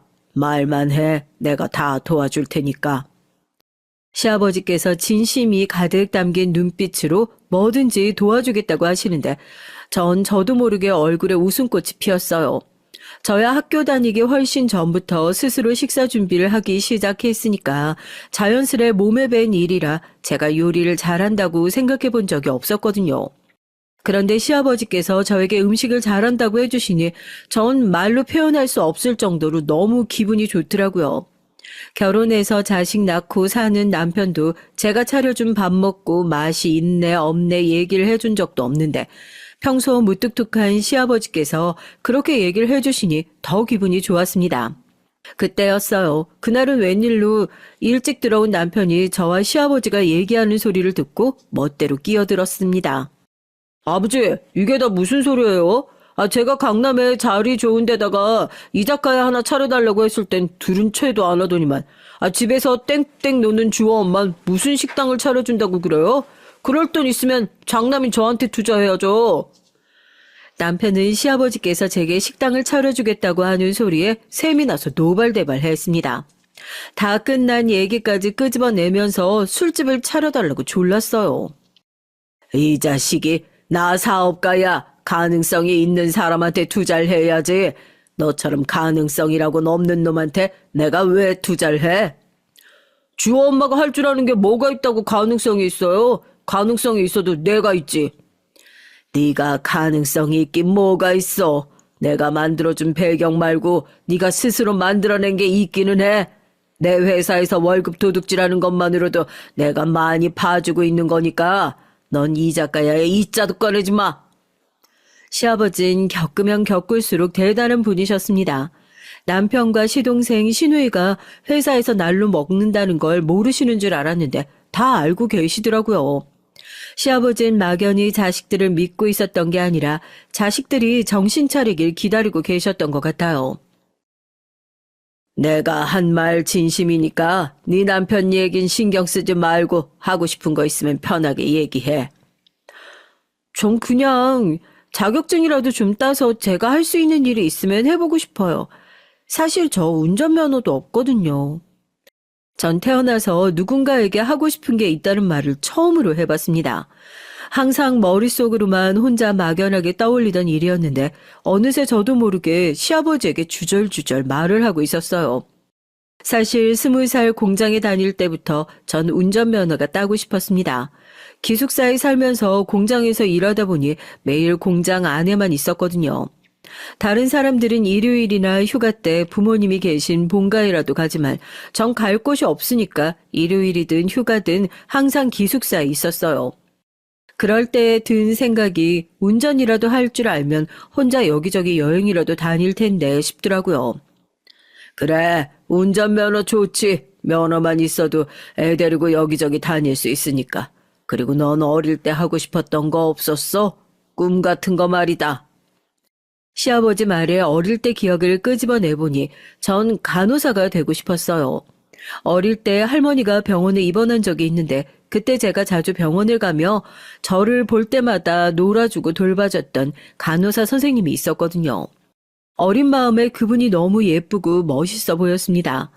전 매일 저녁 시아버지와 저녁을 같이 먹다 보니 어느새 시아버지가 편해져서 시아버지에게 이런저런 얘기를 했어요. 시아버지도 제 얘기에 항상 귀를 기울여 들어주셨고요. 그러다 보니 전 운전면허 얘기도 하고 간호사 선생님 얘기도 했어요. 그러자 시아버지께서 저더러 다짜고짜 보모부터 구하라고 했습니다. 보모 구해지는 대로 주호는 보모한테 맡기고 운전면허부터 따. 그리고 나이가 있어서 간호사가 되긴 힘들겠지만 간호조무사나 요양보호사 자격증 같은 건 딸 수 있을 거다. 내가 비서한테 당장 학원 알아보라고 할 테니까 등록하고 다녀봐. 에이, 애엄마가 애 두고 어딜 나가요. 말씀만이라도 항상 감사해요. 성공하는 사람들은 다 이유가 있습니다. 시아버지의 추진력은 정말 대단해요. 제가 지나가는 말로 한 것도 시아버지는 허투루 듣지 않으셨습니다. 인생은 100세 시대인데 애 낳고 나이 좀 들었다고 못하는 일이 어디 있냐입니다. 지금이라도 준비해서 뭐든지 해보라고 하셨어요. 며칠 뒤 시아버진 정말로 보모도 구해주시고 학원도 다 등록을 해주셨죠. 저에게 도대체 무슨 복인지 모르겠습니다. 제 팔자에 어떻게 이렇게 좋은 시아버지를 만났나 싶어서요. 전 시아버님 덕분에 결혼하고 아들을 키우는 동안 너무 행복했어요. 아버님 덕분에 운전면허도 따고 간호조무사 자격증에 요양보호사 자격증까지 땄습니다. 거기다가 면허가 나오자마자 차까지 사주시고 연수까지 직접 시켜주셨고요. 제가 겁이 많아 운전하면서 허둥거리는데도 자상하게 잘 가르쳐 주셨죠. 정말 친아버지처럼요. 그때도 시동생이 샘을 부려서 민망했어요. 시아버지가 저에게 사주신 차가 평소 시동생이 갖고 싶다고 노래를 불렀던 차더라고요. 시동생은 저에게 연신 자기 차랑 바꾸자고 했었는데 시아버지께서 안 된다고 했습니다. 제가 아직 초보라 사고가 날 수도 있으니 무조건 튼튼한 차를 타고 다녀야 한다고요. 사람은 환경에 적응하는 동물이라더니 저도 어느새 시아버지에게 적응해서 언제부턴가 저도 모르게 시아버지에게 투정도 부리고 하소연도 하게 됐습니다. 제가 머리가 나빠서 그런지 운전 실력이 너무 안 늘어요. 아버님이 차까지 사주셨는데 저 이러다가 장롱면허 되면 어떡해요? 네가 머리가 나쁘긴 뭐가 나빠. 간호조무사에 요양보호사 자격증까지 다 한 번에 붙었는데 애 낳고 공부하기가 어디 쉬운 일이냐. 운전은 해볼수록 느는 거니까 부모한테 주워 맡기고 혼자 매일 여기저기 차 끌고 다녀봐. 그럼 금방 늘 거다. 시아버지는 언제나 절 지지하고 응원해 주셨어요. 심지어 저에게 힘든 일이 생겼을 때도 누구보다 절 위해 주셨죠. 어느 날 제가 차를 끌고 동네 마트를 다녀오다가 접촉사고가 난 적이 있어요. 초보 운전인데다가 처음 겪는 사고에 너무 당황해서 어쩔 줄 몰라 하고 있었죠. 더군다나 상대방 운전자가 젊은 남자였는데 자꾸만 저에게 소리를 질렀습니다. 아줌마, 운전을 못하면 버스를 타든지 걸어 다녀야지. 왜 차를 끌고 나와서 다른 사람한테 폐해를 끼쳐? 덩치도 크고 우락부락하게 생긴 사람이 소리를 지르는데 저도 너무 무서웠어요. 전 급한 마음에 남편에게 전화를 했죠. 그런데 제 사고 얘기를 듣고도 남편은 태평하기만 했습니다. 아버지가 차 좀 사줬다고 맨날 신나서 끌고 다닌다 했더니만 결국은 사고를 치는구나. 그렇게 실력도 안 되면서 왜 자꾸 차를 끌고 나가서 여기저기 민폐 만들고 다녀. 그리고 사고 났으면 보험회사에 전화해야지. 왜 나한테 전화를 해? 모르는 남자한테 받은 서름에 속상해서 남편에게 연락한 건데 남편은 모르는 남자와 똑같은 소리를 해댔어요. 사고 얘긴 제대로 듣지도 않고 저더러 왜 괜히 차를 끌고 나가서 민폐 부리냐입니다. 전 아무리 봐도 제 잘못으로 난 사고가 아닌 것 같은데 다들 저에게 잘못했다고 하니 정말 제 잘못 같았죠. 전 바로 보험사에 전화했어요. 그리고 잠시 뒤 믿기지 않는 일이 벌어졌습니다. 보험사와 함께 시아버지가 함께 도착했어요. 시아버지께서 들어주신 보험이다 보니 제 사고가 등록되자마자 시아버지 비서에게 연락이 갔나 봐요. 얘기를 듣고 제가 걱정되셨던 시아버진 곧바로 달려오셨습니다. 시아버진 절 보자마자 다친 곳은 없냐고 물으시고 비서에게 바로 사고 수습하라고 시켰고요. 전 그대로 시아버지 차를 타고 집으로 돌아왔습니다. 저는 남편과 모르는 남자 때문에 상처받았던 마음이 단숨에 치료되는 것 같았어요. 남편과 결혼하고 함께 한 입을 덮으며 사는 동안 남편과 결혼할 걸 매일 밤 후회했습니다. 하지만 시아버지만 생각하면 마치 제 인생의 은인 같다는 생각이 들었어요.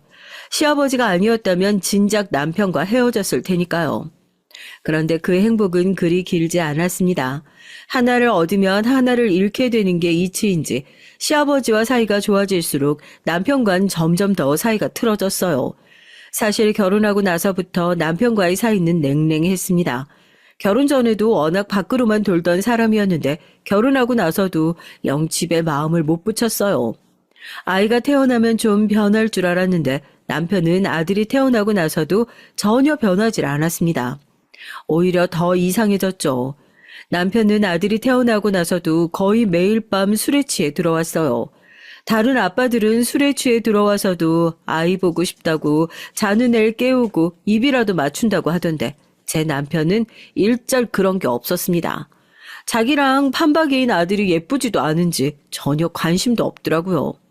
심지어 아들이 새벽에 잠투정이라도 하면 아빠라는 인간이 말도 못하는 아기한테 소리를 질렀죠. 아이씨, 애새끼 도대체 누굴 닮아서 저렇게 매일 징징거려. 당신은 애가 오면 빨리 데리고 나가든지 저주를 물리든지 하지. 아, 왜 울게 내버려 두는 건데? 아기니까 울고 잠투정도 하는 거지. 당신은 어른이 돼서 잠 못 잔다고 왜 그렇게 화를 내?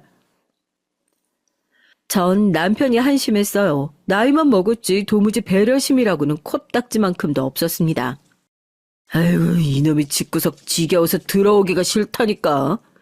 남편은 매일 술에 취해 들어와 집에서 잠만 자고 나가면서도 저만 보면 매일 그렇게 화를 내고 구박을 했죠. 어떨 땐 제가 하지도 않은 일을 가지고 꼬투리를 잡고 늘어지기까지 했어요.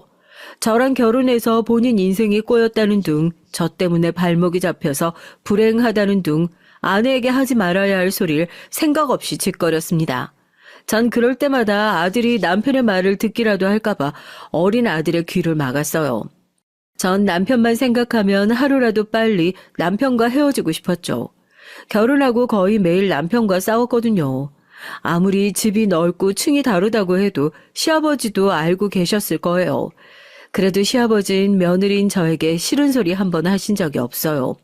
항상 제게 힘든 거 없냐, 속상한 일 있으면 언제든 얘기하라고만 하셨습니다. 그러던 중 아무리 시아버지가 좋고 자식을 생각한다고 해도 그냥 참고 넘길 수 없는 일이 생겼어요. 남편이 바람을 피우다 걸렸거든요. 결혼하고 애가 돌이 넘을 때까지 남편은 항상 술에 취해 집에 들어왔기 때문에 밖에서 뭘 하고 다니는지 알 수 없었죠. 물론 남편이 혹시나 딴짓하고 다니는 건 아닐까 의심한 적은 있었지만 애써 알고 싶지 않았습니다. 그런데 언제부턴가 남편에게서 이상한 낌새가 보였어요. 원래 아무리 술을 많이 먹어도 새벽에라도 집에 들어왔는데 얼마 전부턴 아예 외박을 하더라고요.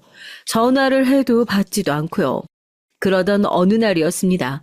제가 욕실에서 아들을 씻기고 있었는데 밖에서 남편 핸드폰 벨소리가 들리더라고요. 그런데 그 순간 남편이 슬그머니 핸드폰을 챙겨서 베란다로 나가더라고요. 제가 욕실에 있는데 굳이 나가서 받을 전화가 뭐가 있겠어요? 회사에선 제대로 하는 일 없이 자리만 차지하고 있는 사람이 업무 전화일 리는 없었죠. 전 뭔가 촉이 이상해서 그날 남편이 잠들자마자 핸드폰을 뒤졌습니다. 남편은 허술한 건지 제가 눈치가 없는 줄 아는 건지 핸드폰의 기록을 모두 다 그대로 뒀더라고요. 그런데 남편의 통화 기록은 뭔가 이상했어요. 로즈, 유리, 로얄, 제니 등등 비슷한 이름들이 줄줄이 적혀 있었죠. 전 황당해서 한참을 통화 기록을 확인했어요. 아무리 봐도 이상해서 전 곧바로 남편의 핸드폰에 적혀 있는 번호들을 다 제 핸드폰에 따로 저장을 했습니다. 그리고 다음날 바로 남편 핸드폰에 저장되어 있던 번호로 전화를 다 돌렸어요. 그런데 차라리 전화하지 말 걸 그랬어요. 몰랐으면 이렇게까지 마음이 아프진 않았을 테니까요. 글쎄 남편 핸드폰에 저장된 여자들은 모두 다 술집 여자들이었습니다. 그 여자들은 단순히 술집에서 일하는 종업원이 아니라 모두 다 제 남편과 여보 자기하는 사이더라고요. 남편은 애인이 한 명도 아니고 술집마다 하나씩 있었어요. 그 순간 전 모든 게 다 후회됐습니다. 제가 지금까지 뭘 기대하며 산 건지 모르겠더라고요. 남편이 저나 아들에게 관심도 없고 항상 밖으로만 돌아도 정도는 지킬 줄 아는 사람이라고 믿고 싶었어요. 제가 가장 존경하는 시아버지의 아들이니까요. 하지만 남편은 제가 생각하는 것보다 훨씬 더 개차반이었습니다. 저질도 이런 저질이 없었어요. 전 그날 밤 남편이 들어올 때까지 벼르고 있었습니다. 남편과 단판을 지으려고요. 그런데 남편은 그날까지도 술에 잔뜩 취해서 집에 들어왔습니다. 남편을 아주 뻔뻔하기 짝이 없었어요. 제가 남편의 핸드폰에 저장된 술집 년들이랑 다 통화했다고 말을 했는데도 남편은 그게 뭘 어쨌다고 이러는 거냐고 오히려 되묻더군요. 당신이야말로 나에 대해 몰랐던 것처럼 왜 이래? 우리도 나이트클럽에서 만난 거 잊었어? 내가 지금 술집 좀 다니는 거 가지고 이래? 당신 여자친구라는 년들이랑 내가 다 통화했다니까. 아들이 딸린 유부남 주제에 아주 강남의 유명한 술집 년들이랑 다 연애를 하고 다녔더라? 남편은 자신이 이런 거 모르고 결혼했냐고 오히려 적반하장으로 나오더라고요. 사실 연애할 때도 비슷한 문제로 많이 싸우긴 했죠. 남편은 술만 먹으면 이 여자 저 여자한테 찝쩍거리는 주사가 있어서 연애할 때도 바람을 피우다가 걸린 적이 있었어요. 하지만 그건 연애 때고 남편도 다시는 그러지 않겠다고 제 앞에 무릎까지 꿇고 용서를 빌었습니다. 그 이후 전 남편을 믿었어요. 더군다나 이젠 결혼한 유부남인데 아직도 그러고 다닐 줄은 꿈에도 생각을 못했죠. 이래서 한번 바람 피운 놈은 절대 용서해 주는 게 아니라고 했는데 내가 잘못 생각해도 한참을 잘못 생각했지. 저런 인간 뭘 믿고 애까지 낳아선? 전 아무리 생각해도 제 팔자가 너무 불쌍해서 바닥에 주저앉아 하소연을 좀 했습니다. 속이 너무 답답해서요. 그런데 그 순간 말도 안 되는 일이 벌어졌어요. 남편은 갑자기 흥분을 하더니 멀쩡한 선풍기를 들어서 제 쪽으로 던졌습니다. 그래서 자기더러 뭘 어쩌라는 거냐며 소리를 지르면서요. 그래서 뭘 어쩌라고? 네 주제에 나랑 이혼이라도 하겠다는 거야 뭐야? 전 순간 너무 놀라서 눈이 휘둥그레졌어요. 하마터면 제가 남편이 던진 선풍기에 맞을 뻔했거든요. 전 자리에서 벌떡 일어나 남편에게 달려들어 이게 지금 뭐 하는 짓이냐고 따졌죠. 그러자 더 화가 난 남편이 제 어깨를 세게 밀치는 바람에 제가 바닥에 고꾸라져 넘어졌습니다. 이 인간이 매일 나가서 바람 피우는 것도 모자라서 이제 마누라를 패? 내가 너 가만히 둘 줄 알아? 이게 아직 정신을 못 차렸네. 너 진짜 나한테 좀 맞아볼래? 남편은 그대로 저에게 달려들더니 제 몸을 여기저기 주먹으로 갈겼어요. 전 남편의 힘에 밀려 바닥에 넘어졌습니다. 너 이 자식 지금 뭐 하는 거야? 남편에게 쉴 새 없이 맞는 동안 전 이대로 죽을지도 모르겠다 싶었습니다. 술에 취한 남자가 달려드는데 제 힘으론 도무지 막을 수가 없더라고요. 그 순간 시아버지가 들어오지 않았다면 전 정말 맞아 죽었을지도 몰라요. 그 광경을 목격한 시아버진 남편에게 달려들어 남편을 끌어내고 마구잡이로 남편을 두들겨 팼습니다. 그런데도 남편은 자기 잘못은 모르고 오히려 큰 소리를 쳤어요. 아버진 도대체 누구 편이야? 옆에 내가 남편한테 겁도 없이 고래고래 소리를 지르는데 그걸 보고만 있어? 때려서라도 버릇을 고쳐야지. 남편은 자기 잘못도 모른 채 술에 잔뜩 취해서 눈이 아예 돌아 있었어요. 이런 개자식을 봤나? 내가 너 진작 망나니인 줄은 알았는데 이 정도인 줄은 몰랐다 이 자식아. 내가 너 가만히 둘 줄 알아? 지금 당장 감방 보낼 거야. 그날 밤 시아버진 정말로 당신 아들을 경찰에 신고를 했어요. 잠시 후 도착한 경찰들에게 시아버진 아들이 며느리를 때렸다고 증언을 하고 당장 잡아가라고 했습니다. 그날 밤 남편은 경찰들에게 끌려가 유치장에서 하루를 보냈죠. 남편을 유치장에 보내고 들어온 시아버진 조심스럽게 방에 들어와 절 부르셨습니다. 그리고는 거실로 내려온 제 앞에 무릎 꿇고 앉으셨어요. 미안하다, 애미야. 내가 도무지 널 볼 낯이 없다. 시아버지의 행동에 전 놀라서 어쩔 줄 몰랐죠. 얼른 일어나시라고 시아버지를 일으켜 세웠어요. 그런데도 시아버진 바닥에 주저앉은 채 일어날 생각을 안 하셨습니다. 아버님, 왜 이러세요? 아버님 이러시면 저 마음 약해져서 안 돼요. 저 그 인간이랑 더 못 살아요. 아버님 이러셔도 이혼할 거예요. 전 남편이 선풍기를 저에게 던지는 순간 이대로는 살 수 없다 굳게 마음 먹었어요. 아무리 이 집에 살고 싶어도 저런 개 같은 인간이랑은 더는 하루도 살 수가 없었죠. 나 애미 너 이혼 못하게 하려는 거 아니다. 정말 너한테 너무 미안해서 그래. 내가 지금까지 네가 너무 아까워서 내 아들놈이 개자식인 거 알고도 이혼하라 소리를 못했었는데 이제 나도 더는 안 되겠다. 널 위해서라도 내가 놔줄 테니 이혼해라. 시아버진 바닥에 무릎을 꿇은 채로 남편을 대신해 제게 사과를 하시곤 이혼을 하라고 하셨어요. 전 그 순간 어째선지 눈물이 펑펑 쏟아졌습니다. 지난 제 결혼 생활을 생각하면 남편 때문에 힘들고 끔찍한 순간도 많았지만 사실 시아버지와 좋았던 기억도 많았거든요. 절 낳아주신 진짜 아버진 기억도 나지를 않아서 잘 모르지만 시아버지와 있다 보면 진짜 내 아버지 같다 느낄 때가 많았거든요. 하지만 시아버지와 제가 아무리 사이가 좋다고 며느리와 시아버지를 만난 사이다 보니 제가 남편과 이혼하게 되면서 모든 관계가 정리됐습니다. 이혼마저 시아버지 덕분에 깔끔하게 끝났어요. 시아버진 저에게 위자료와 양육권을 모두 주기로 하셨습니다. 아들과 편하게 지내라고 서울의 아파트 한 채와 위자료로 10억이나 주셨고요. 그때도 남편이랑 시동생 시누이는 노발대발 난리를 쳤어요. 저에게 왜 10억이나 주냐고요. 그때도 시아버진 너 같은 걸 남편이라고 데리고 살아줬으면 미안해서라도 10억이 아니라 더한 것도 주고 싶다고요. 전 그렇게 30이 간 넘은 나이에 아들을 데리고 이혼했습니다. 사실 제가 워낙 배운 것도 경력도 없다 보니 이혼하고 어떻게 살아야 하나 막막했었는데 그래도 시아버지께서 위자료로 주신 10억 덕분에 아이 키우는 데는 불편한 것 없이 편하게 살았어요. 더군다나 혼자 애를 키우며 살다 보니 시아버지 덕분에 운전면허와 자격증들도 아주 잘 썼습니다. 거기다 시아버지에게 정말 감사한 게 매달 양육비를 제외하고도 제 아들 통장으로 100만 원씩이나 따로 송금을 해주셨어요. 처음 아들 통장으로 100만 원이 들어왔을 때 전 놀라서 시아버지에게 바로 전화를 했죠. 오랜만에 통화에 시아버지에게 묻고 싶은 것도 많고 건강은 좀 어떠신지 안부도 묻고 싶었지만 이제 던 그럴 사이가 아니라는 생각이 드니 괜히 무뚝뚝하게 왜 주호 통장으로 돈을 보냈냐고 물었어요. 그러자 시아버지께서 하신 말씀에 저는 또 울컥하고 말았습니다. 내가 내 손자한테 용돈 주고 싶어서 그랬지. 그 돈은 내 손주한테 주는 돈이니까 엄마인 네가 알아서 해라. 시아버진 여전하셨어요.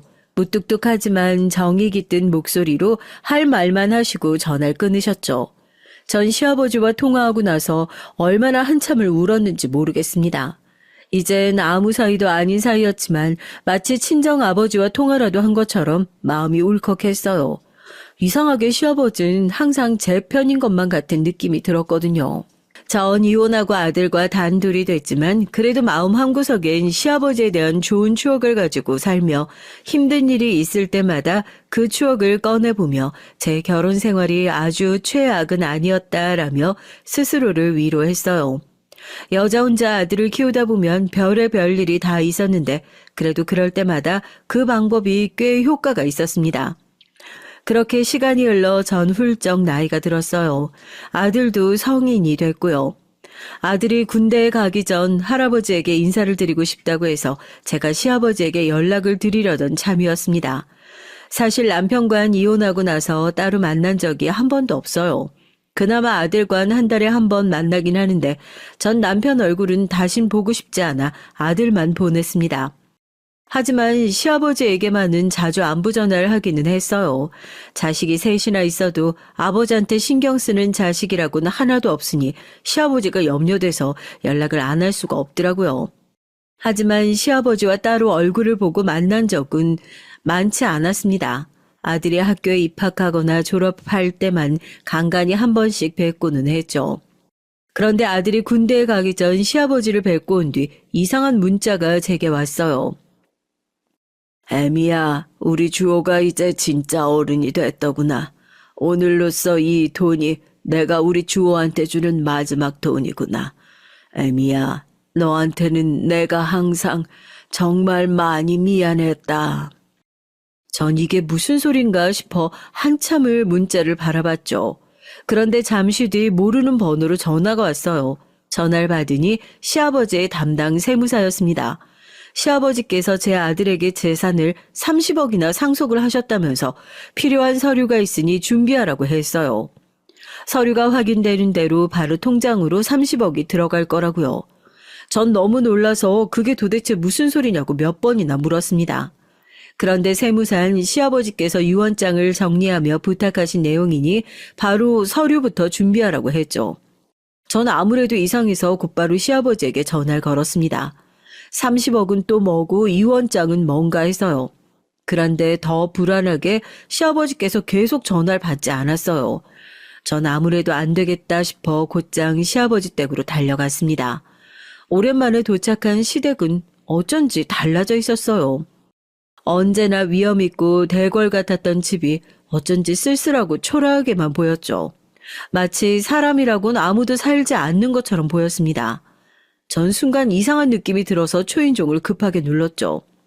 그런데 안에선 아무런 기척도 느껴지질 않았습니다. 전 불안감에 대문을 마구 두드리는데 그 순간 문이 삐그덕 소리를 내더니 열렸어요.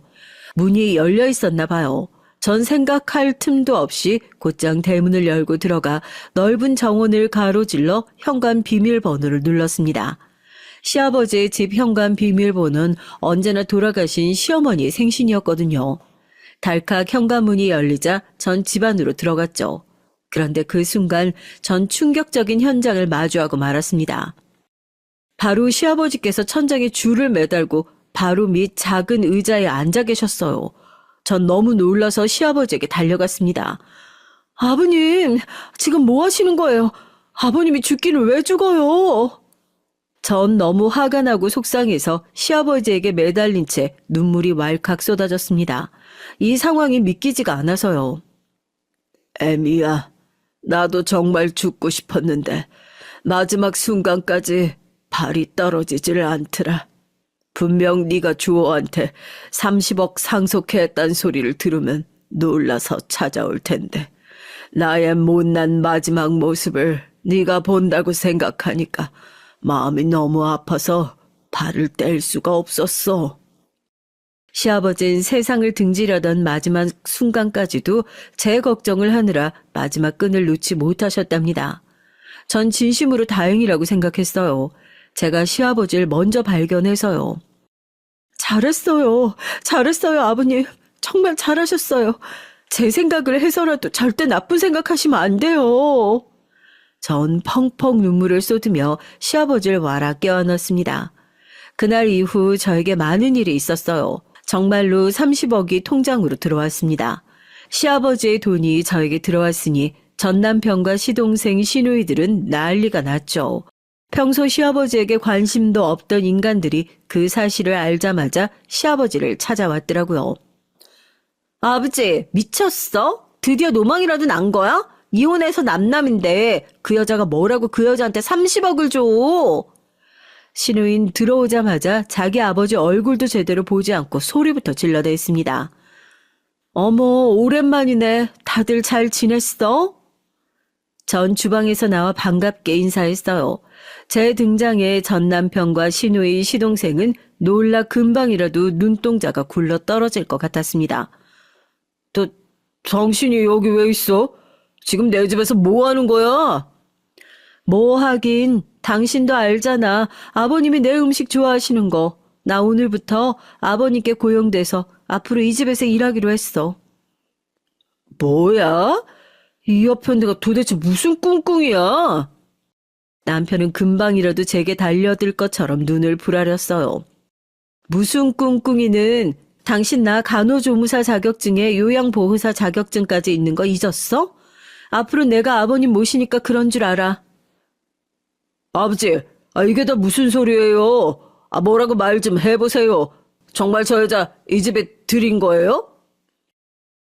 이 여자라니 앞으로 정 실장님이라고 불러라. 지금 이 순간부터 정 실장이 내 담당 비서니까 깍듯이 모시고 안 그러면 내 남은 재산 다 정 실장이랑 내 손주한테 주고 죽을 거니까. 시아버지의 선전포고에 전 남편과 시누이 시동생은 어안이 벙벙한 표정으로 어쩔 줄 몰라 했어요. 화가 나서 얼굴이 붉어지더니만 재산 얘기를 듣자마자 입을 꽉 다물더군요. 역시 속물들은 달랐습니다. 다들 시아버지가 물려주신 30억 때문에 제가 이 집으로 들어왔다고 생각을 하겠지만 절대 돈 때문에 제가 시아버지 곁에 있겠다 마음먹은 건 아니에요. 바로 얼마 전 세상을 등지려 했던 시아버지를 제가 말렸을 때 시아버지께서 제게 하신 얘기가 있습니다. 내가 이 나이까지 일만 하면서 악착같이 살았는데 글쎄 내가 우울증이란다. 제가 남편과 이혼하고 아들과 이 집을 나가고 나자 시아버지도 혼자가 되셨대요. 남편은 시아버지가 자신을 유치장에 넣었다는 걸 빌미로 화를 내면서 시아버지께 술집을 차려달라고 난리를 쳤고요. 시아버진 당연히 거절했고 그 핑계로 남편을 집을 나가더니 웬 술집 여자랑 살림을 차렸답니다. 그 여자랑도 얼마 살지 못하고 헤어졌지만 그때 이후로 회사 일엔 일절 신경도 안 쓰고 여전히 개처럼 산대요. 시동생과 시누이도 결혼해서 분가했고요. 그 이후 20년 동안 시아버진 이 큰 집에 내내 혼자 사신 거예요. 자식들은 한번 들여다보지도 않고요. 시아버진 집에 들어올 때마다 마음이 헛헛하고 힘들었지만 애써 꾹 참았답니다. 힘들고 외로운 마음을 극복하기 위해 언제나처럼 일만 하시면서 바쁘게 사셨는데 어느 날 공황장애가 왔대요. 혼자 엘리베이터도 못하고 비행기도 못할 정도로 힘들었다고요. 그래서 약을 한두 가지 먹었는데 언제부턴 잠도 안 오고 매일 혼자 뜬 눈으로 밤을 지새우셨답니다. 그러다가 우울증까지 걸리신 거예요. 자식 중 누구도 시아버지의 병을 모른답니다. 사실 저도 남편과 이혼하고 유일하게 마음이 쓰였던 게 바로 시아버지예요. 부모 없이 자란 절 친자식처럼 보듬어 주시고 남편과 이혼 후에도 절 아껴주셨으니까요. 시아버지와는 며느리와 시아버지 간의 관계를 떠나 인간 대 인간으로서의 정과 의리가 남아 있습니다. 생판 남을 위해 보호자로 일을 하느니 시아버지가 돌아가실 때까지 곁에서 제가 힘이 되어드리고 도와드리는 게 저에겐 더 뜻깊은 일이 될 것 같아서요. 시아버지께서 저에게 해주신 것처럼요. 그래서 전 아들이 제대할 때까진 우선 이 집에 왔다 갔다 드나들면서 시아버지를 돌보기로 했습니다. 보호사이자 비서로서요. 전 시아버지와 함께 지낸 지 이제 1년이 좀 넘었어요. 시아버지는 아직도 저에게 언제든 떠나고 싶으면 떠나도 된다고 하세요. 하지만 전 아닙니다. 지금까지 주변 사람들의 시선이나 말 한마디에 항상 휘둘리며 살았지만 지금부턴 그러지 않을 거예요. 지금까지 저의 얘기 들어주셔서 감사해요. 매일 자식들 등살에 치이고 남편의 구박에도 오늘도 가정을 위해 참고 버티시는 유부님들, 우리 서로 힘내라고 위로하는 댓글 한마디씩 달아주시면 서로에게 큰 힘이 될 것 같습니다. 하루라도 자신을 위해 자신이 원하는 대로 살아보시길 바라겠습니다.